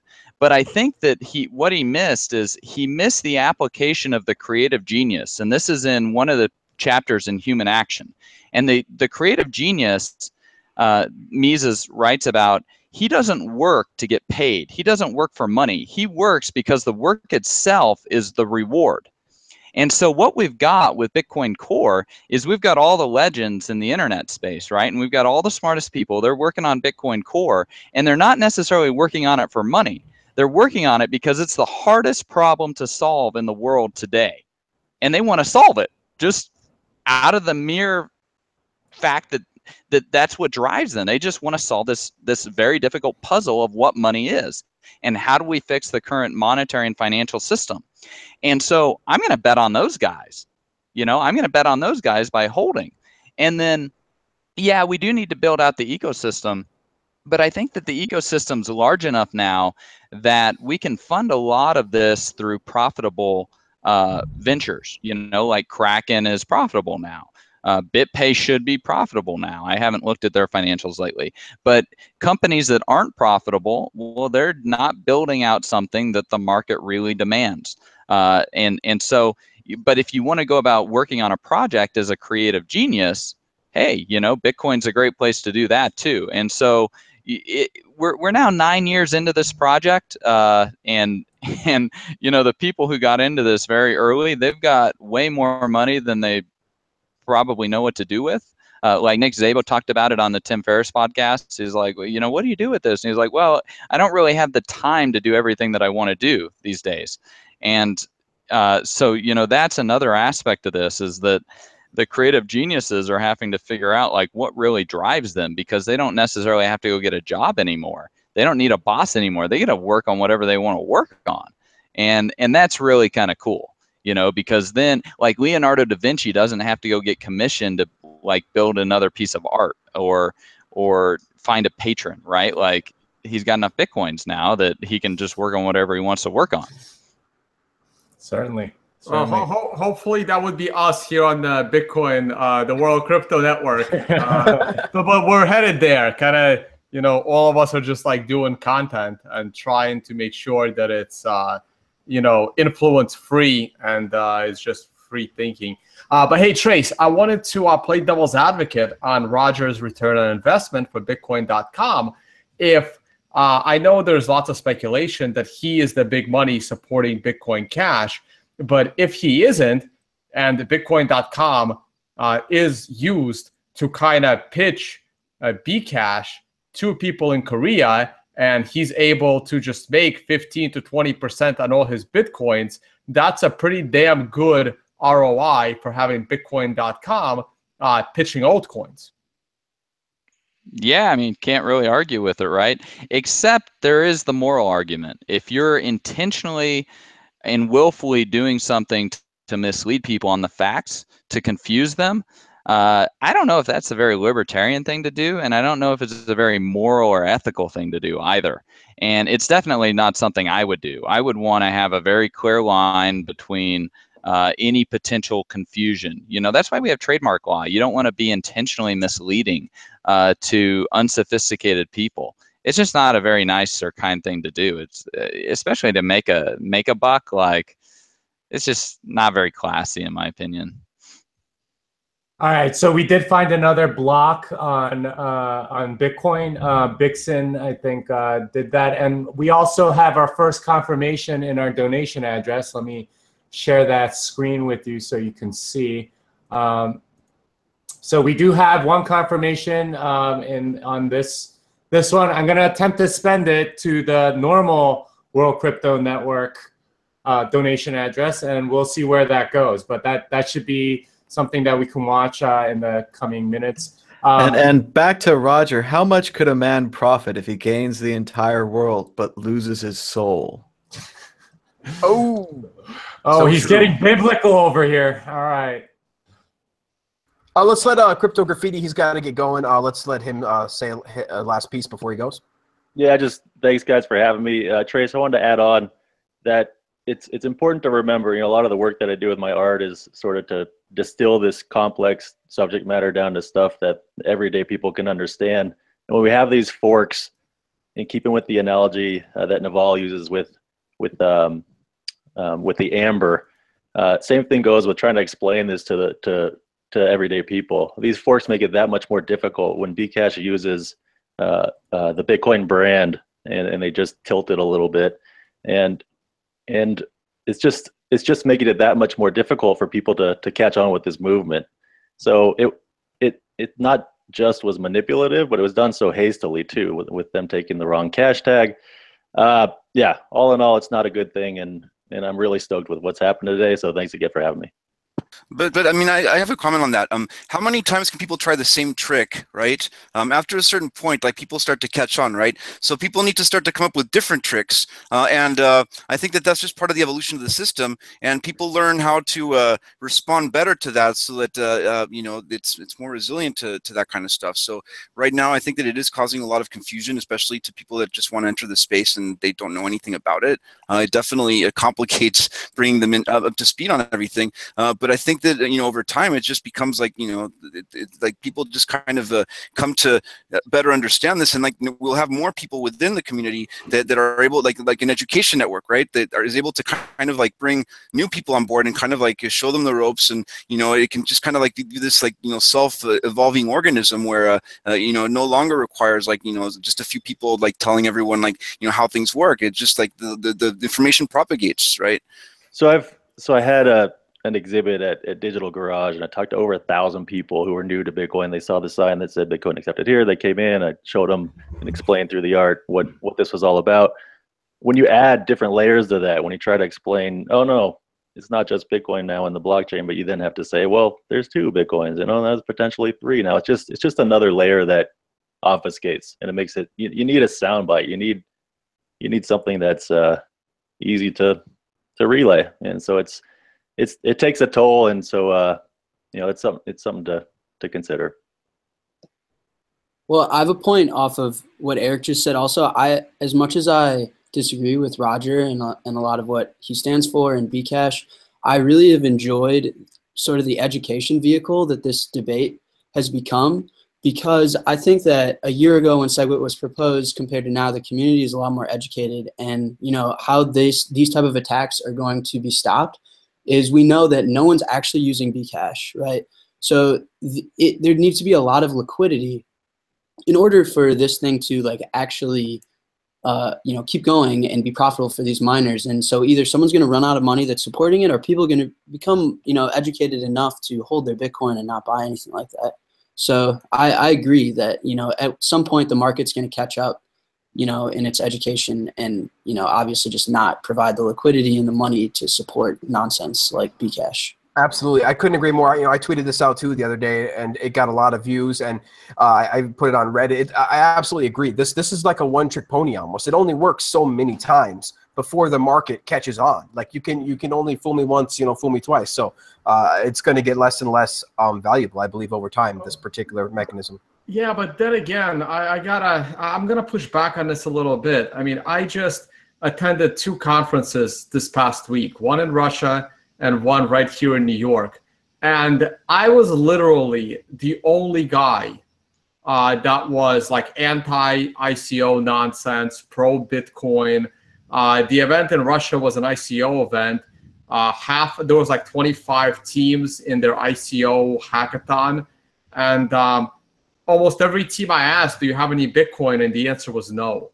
I mean, it's well, like you would think that it would get better, but it's not. It feels like it's getting worse. And for the last year, I've been just saying, you know what, like, hey, Tone, why do you speak at this conference? Like, it's all insanity there. And my answer was, well, if I don't speak there, like, people aren't going to know, like, what Bitcoin was for, why it's created, like what a blockchain actually is. People are just not going to know if I don't speak there. And now I'm at a point where it's so aggravating to then like deal with everybody at that conference, from the organizers on down, that I'm like, why am I doing it? Why am I putting myself through this aggravation? And I'm finally starting to understand why, you know, high-profile speakers demand the fee to speak at these events, because like the aggravation that you deal with, being the only like Bitcoin maximalist, as they call us now, is just not worth it.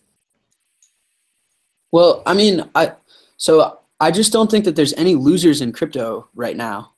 I mean, everything you buy goes up hundreds of %. But the fact that, you know, things like Ethereum aren't really being used, things like Bcash aren't really being used, I mean, that just means that there's speculative value there and that people are speculating on it, and that speculative value doesn't last forever, right? Like the same reason people started learning about Bitcoin, because there were lots of riches to be made, people will start learning about Bitcoin and these other alternative coins because people will end up losing a lot of money too, I believe. So it works both ways. Right now, it's just a tough fight because you could advise someone to buy anything they want, and they'll probably make 100% return on it. So I don't know. That's my response to that. Well, I mean, at the end. Sorry, Trace. Oh, I was just going to say that, you know, pain is part of the learning process, right? And I mean, I don't like to see people suffer or anything, but I mean, in a way, it's like, you know, if we had, you know, more you know, liquidity, maybe like in you know, futures or like derivatives markets or other kinds of things that could, you know, people could actually bet against certain projects or certain ideas or certain things. There might be a more like a, you know, a shorter you know, a shorter response time to these kinds of things, where like the system reacts and is able to you know, find balance again. I think right now it's just like there's all this stuff that's super inflated, and there's really like, you know, not a lot to check it at this point. Obviously, like these bubbles, you know, grow, and at some point they're going to pop. But you know, I think that's just part of the learning process, and I would like to see it be more stable, where you don't have these huge bubbles that, you know, just like, you know, lead to these huge crashes, right? You want to have something that's a little bit, you know, more of a steady growth, and you know, you're gonna, I mean, obviously it's gonna be a little bit bumpy sometimes, but you know, I'd prefer not to see these like huge, you know, bubbles, and then like a whole bunch of people just like lose their shirts, you know. And I think that eventually it might become a little bit more stable, or you know, the better that the information that's out there, you know, there might be more ways to counter that. Yeah, I mean, at the end of the day, money is going to follow management, and value is going to accrue whoever adds the most value. Like, that's who's going to make the most money. And so, yeah, I mean, people are going to get hurt in the process too, because there's all this speculation and everything. Should we be trying to babysit everybody? Yeah, I mean, I think there is a degree of like intellectual distribution that we should be doing. But at the end of the day, like, everybody's got to put on their big boy and big girl pants, and they got to take their licks. You know, you got to figure out how to secure your Bitcoin. You got to figure out whether you actually even have Bitcoin. If you're not running a full node and you start running down the Segwit 2x chain and like lose your money because there's no replay protection, guess what? You're going to have an expensive learning experience, and it's going to be fun. Good stuff. I think Crypto Graffiti, thank you for being here. I think you need to leave. So I think you've said your piece. So thank you so much. I think Vortex, you had something to say, and you need to get going too. So yeah, thanks. Thank you so much, Jimmy. Yeah, I got to get going, guys. But man, this has been absolutely amazing. I just want to say thanks again to all of our guests here, the special guests, everybody that came here. I can't even remember everybody, but man, there were so many people. Charlie Lee and Eric Lombroso. We got Jack, Trace Mayer. You guys, Charlie Schramm. Just thank you guys so much for just doing what you do every day. Lightning team. Lightning team. Oh my God, the lightning team, people, lightning. Okay, so thank you guys. Thank you to those guys. Thank you so much. I mean, just thank you guys to, you know, just everything you guys do. I mean, freaking Eric, I mean, programming and Trace, you know, just evangelism. I have no words. So I just really want to thank you guys so much. And thanks to everybody in the chat. Thank you for the thousands of viewers we had tonight. Absolutely had a great time. I just wanted to say a couple things real quick before I go. First of all, Trace, I just love how you have gold and silver freaking lying around. That shit is just baller and awesome. And I just wanted to show there it is. That's awesome. I just wanted to do a quick shout out to Bitcoin.team. You guys, you know, you really need to check that out. Andrew DeSantis, I believe, put that together. So shout out to Andrew DeSantis on Bitcoin.team. If you guys really want to know who's working on Bitcoin, it's all there. Eric's got his name, of course, all over there. So absolutely a great website if you want to know who's really working on Bitcoin.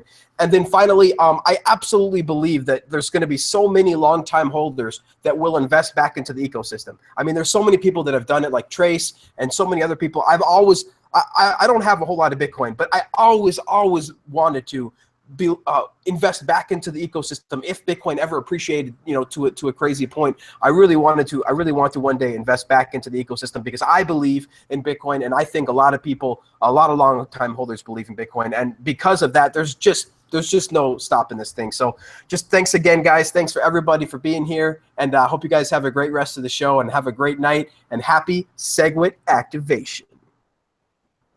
Thank you, Vortex. I did make a Segwit transaction from the address that I posted and I put it into the donation address, I can't find a block explorer that will display the transaction properly.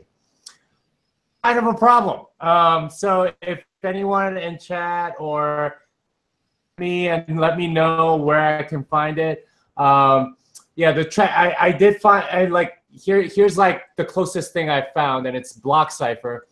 And you can sort of see that some amount transferred, but it has no idea what addresses it came from or what addresses it went to, because I don't think they're prepared right now to know what's supposed to happen. So, Eric, can you shed some light on this? What's going on here? Yeah, so there's been some people that have worked on some tools for this, like Nicola Doria, has worked on some front ends for kind of like visualizing this stuff. I don't know who else has been really working on these things, but I mean it's definitely stuff that I think right now that we actually have an application for, like that we actually want this, like there's a need for this, right? I think that there's going to be some really cool front ends developed to be able to look at all this stuff. I don't think that there's going to take a very long time until we have some pretty cool tools for this stuff. I see. Okay, so I have been told that maybe Block Trail may be able to do it. So I will attempt to go to Block Trail and see if they can do it right now. Watch me put in the transaction. Search by TX failed. Awesome. Yeah. So somehow BlockCypher knows about it, but Block Trail and blockchain.info, nope, they don't know anything about it.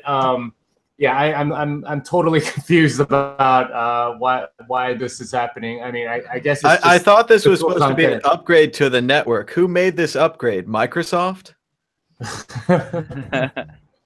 Well, yeah, but I mean, we're dealing at protocol level, and you're looking at something even a layer above that, right, Jimmy? Like you're trying to see someone who's actually built on it. So it's like, oh man, we just rolled out IPv6. You know, how long is it?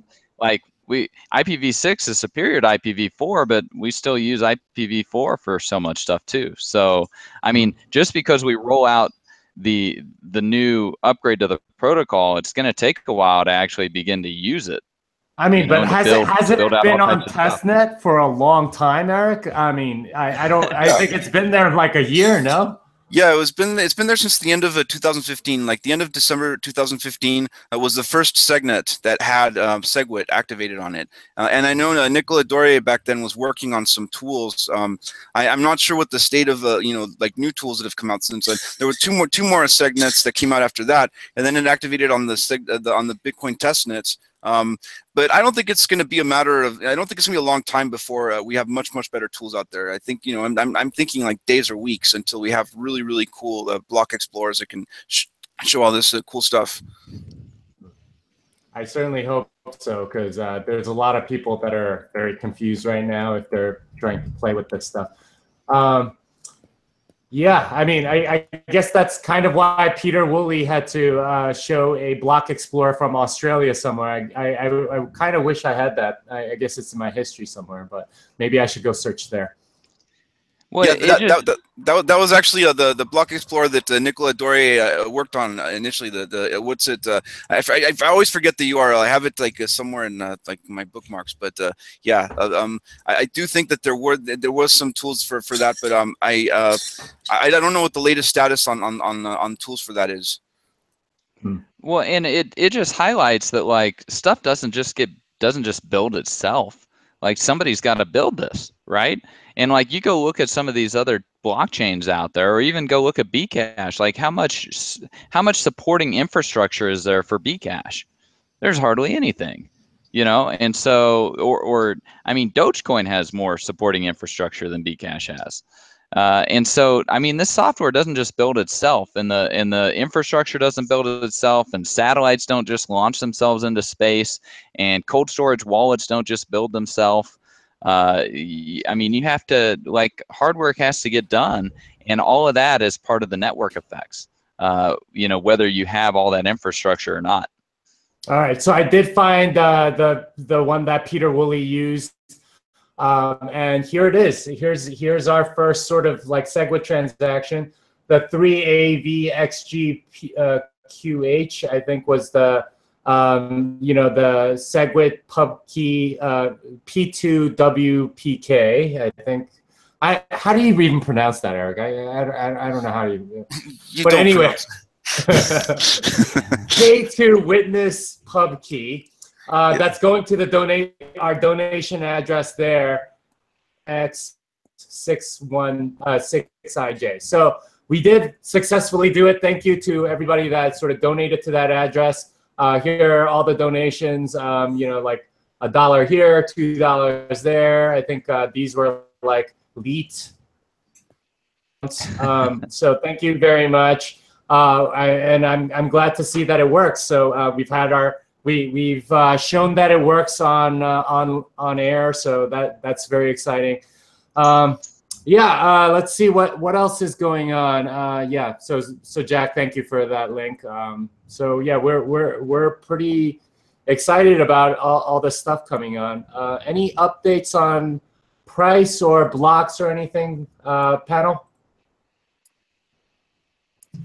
I must say, this was really some fine whiskey. It was mellowed and matured. It tasted. It was awarded. I got to say 5 stars to the Jack Daniels Company. Thank you so much. Now I'm going to get too much whiskey. I'm going to be sitting around the house. Why did you send me so much whiskey? What? Do people know your address and they're going to send you what's going to happen? They're watching it. Anytime I mention a product on the show, they're like, do you want that book about the Princess Bride on sale for $6? And I was like, yeah, I'll buy that. This is their way of scamming Bitcoin away from you, huh? Sad.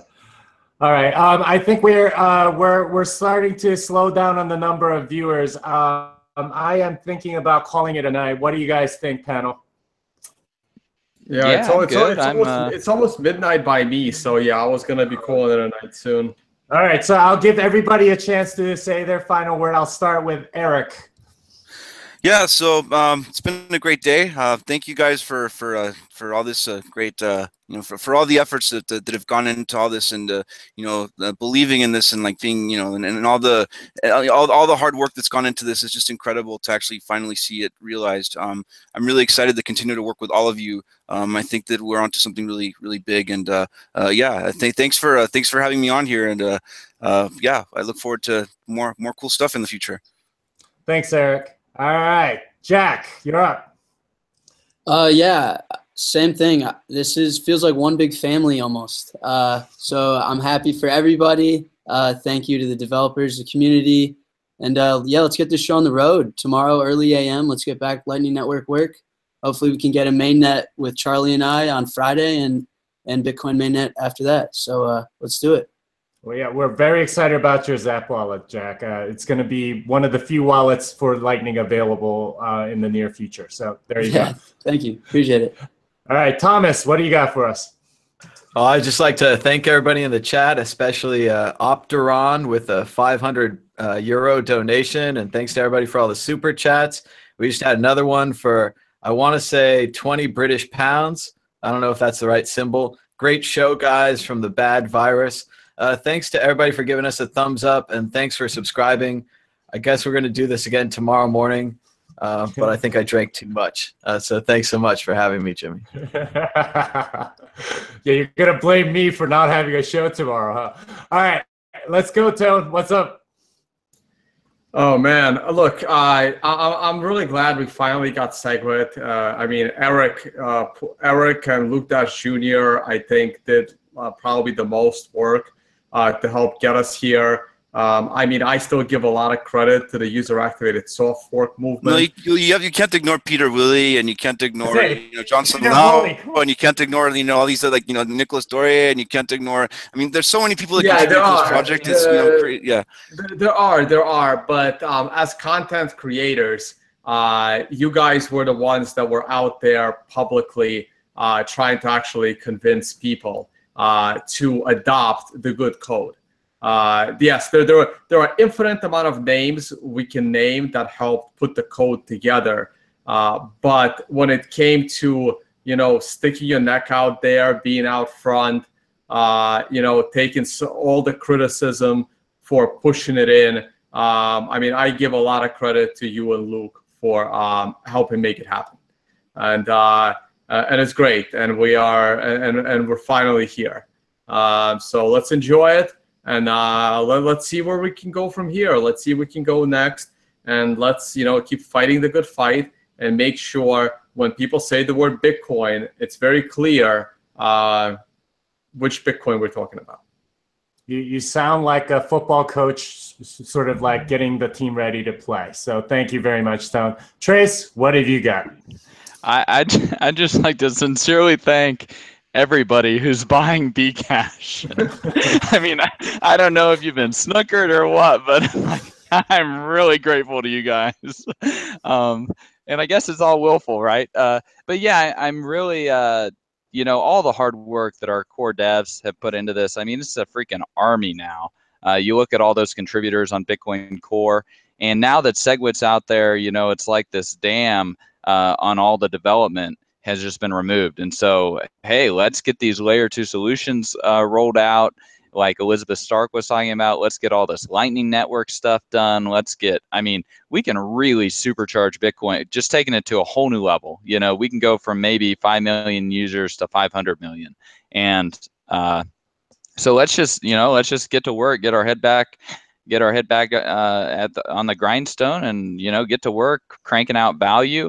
And I don't think we really have to worry about the leeches. If people are trying to leech off the brand or leech off whatever, at the end of the day, just full steam ahead, adding value. Add so much code to Bitcoin Core that you can't even copy it and modify it very quickly with just some little ragtag team of C-rate JV junior varsity bench warmers. Just be adding so much code that it's just building and growing and becoming that much more stable and sophisticated and useful, and the value is going to migrate to that chain, and so I'm not too worried about people trying to usurp the brand or stuff like this. At the end of the day, if you aren't adding the value, if you're not making the 3-point shots and winning the game, you don't really matter at all. So thanks to all the people that do matter, like Greg Maxwell, the rest of the Army, Eric, Peter Woola, especially Dr. Back, Johnny Dilly. Let's see who else. We got tons of them. Alex Morkos, Suhas, Matt Corallo. Just all right. This could be an Oscar speech. Let's throw BTC Drac in there too. Yeah, Drac was. Yeah, BTC Drac. Drac played he was very. We have Bitcoin Core, Bitcoin, and this community. It's a freaking army against one ragtag former Linux developer. Come on, who's going to support your blockchain? Seriously, you want to bet on that? I got plenty of whatever that thing is to sell you if you're going to fork off from us. So good luck with that. Yeah, so I think we need to talk about Git rebase and Git merge with regard to copying codes, because it's a lot easier than maybe you might be thinking. Anyway, thank you, Trace, for being here. I want to thank everybody on the panel. We had a great panel. We had, I think, something like 13 different people come through, something like 20 if you include all the Lightning Network developers that were in a single chat. I want to thank all the people that are watching us, supporting us. Celebrating with us all this stuff that happened with Segwit. We're obviously very, very happy that you guys can join us and sort of celebrate the activation of this thing. Obviously, great to have a lot of the people that are very intensely involved with it be on the show. Thank you for all the super chat. Thank you for all the donations.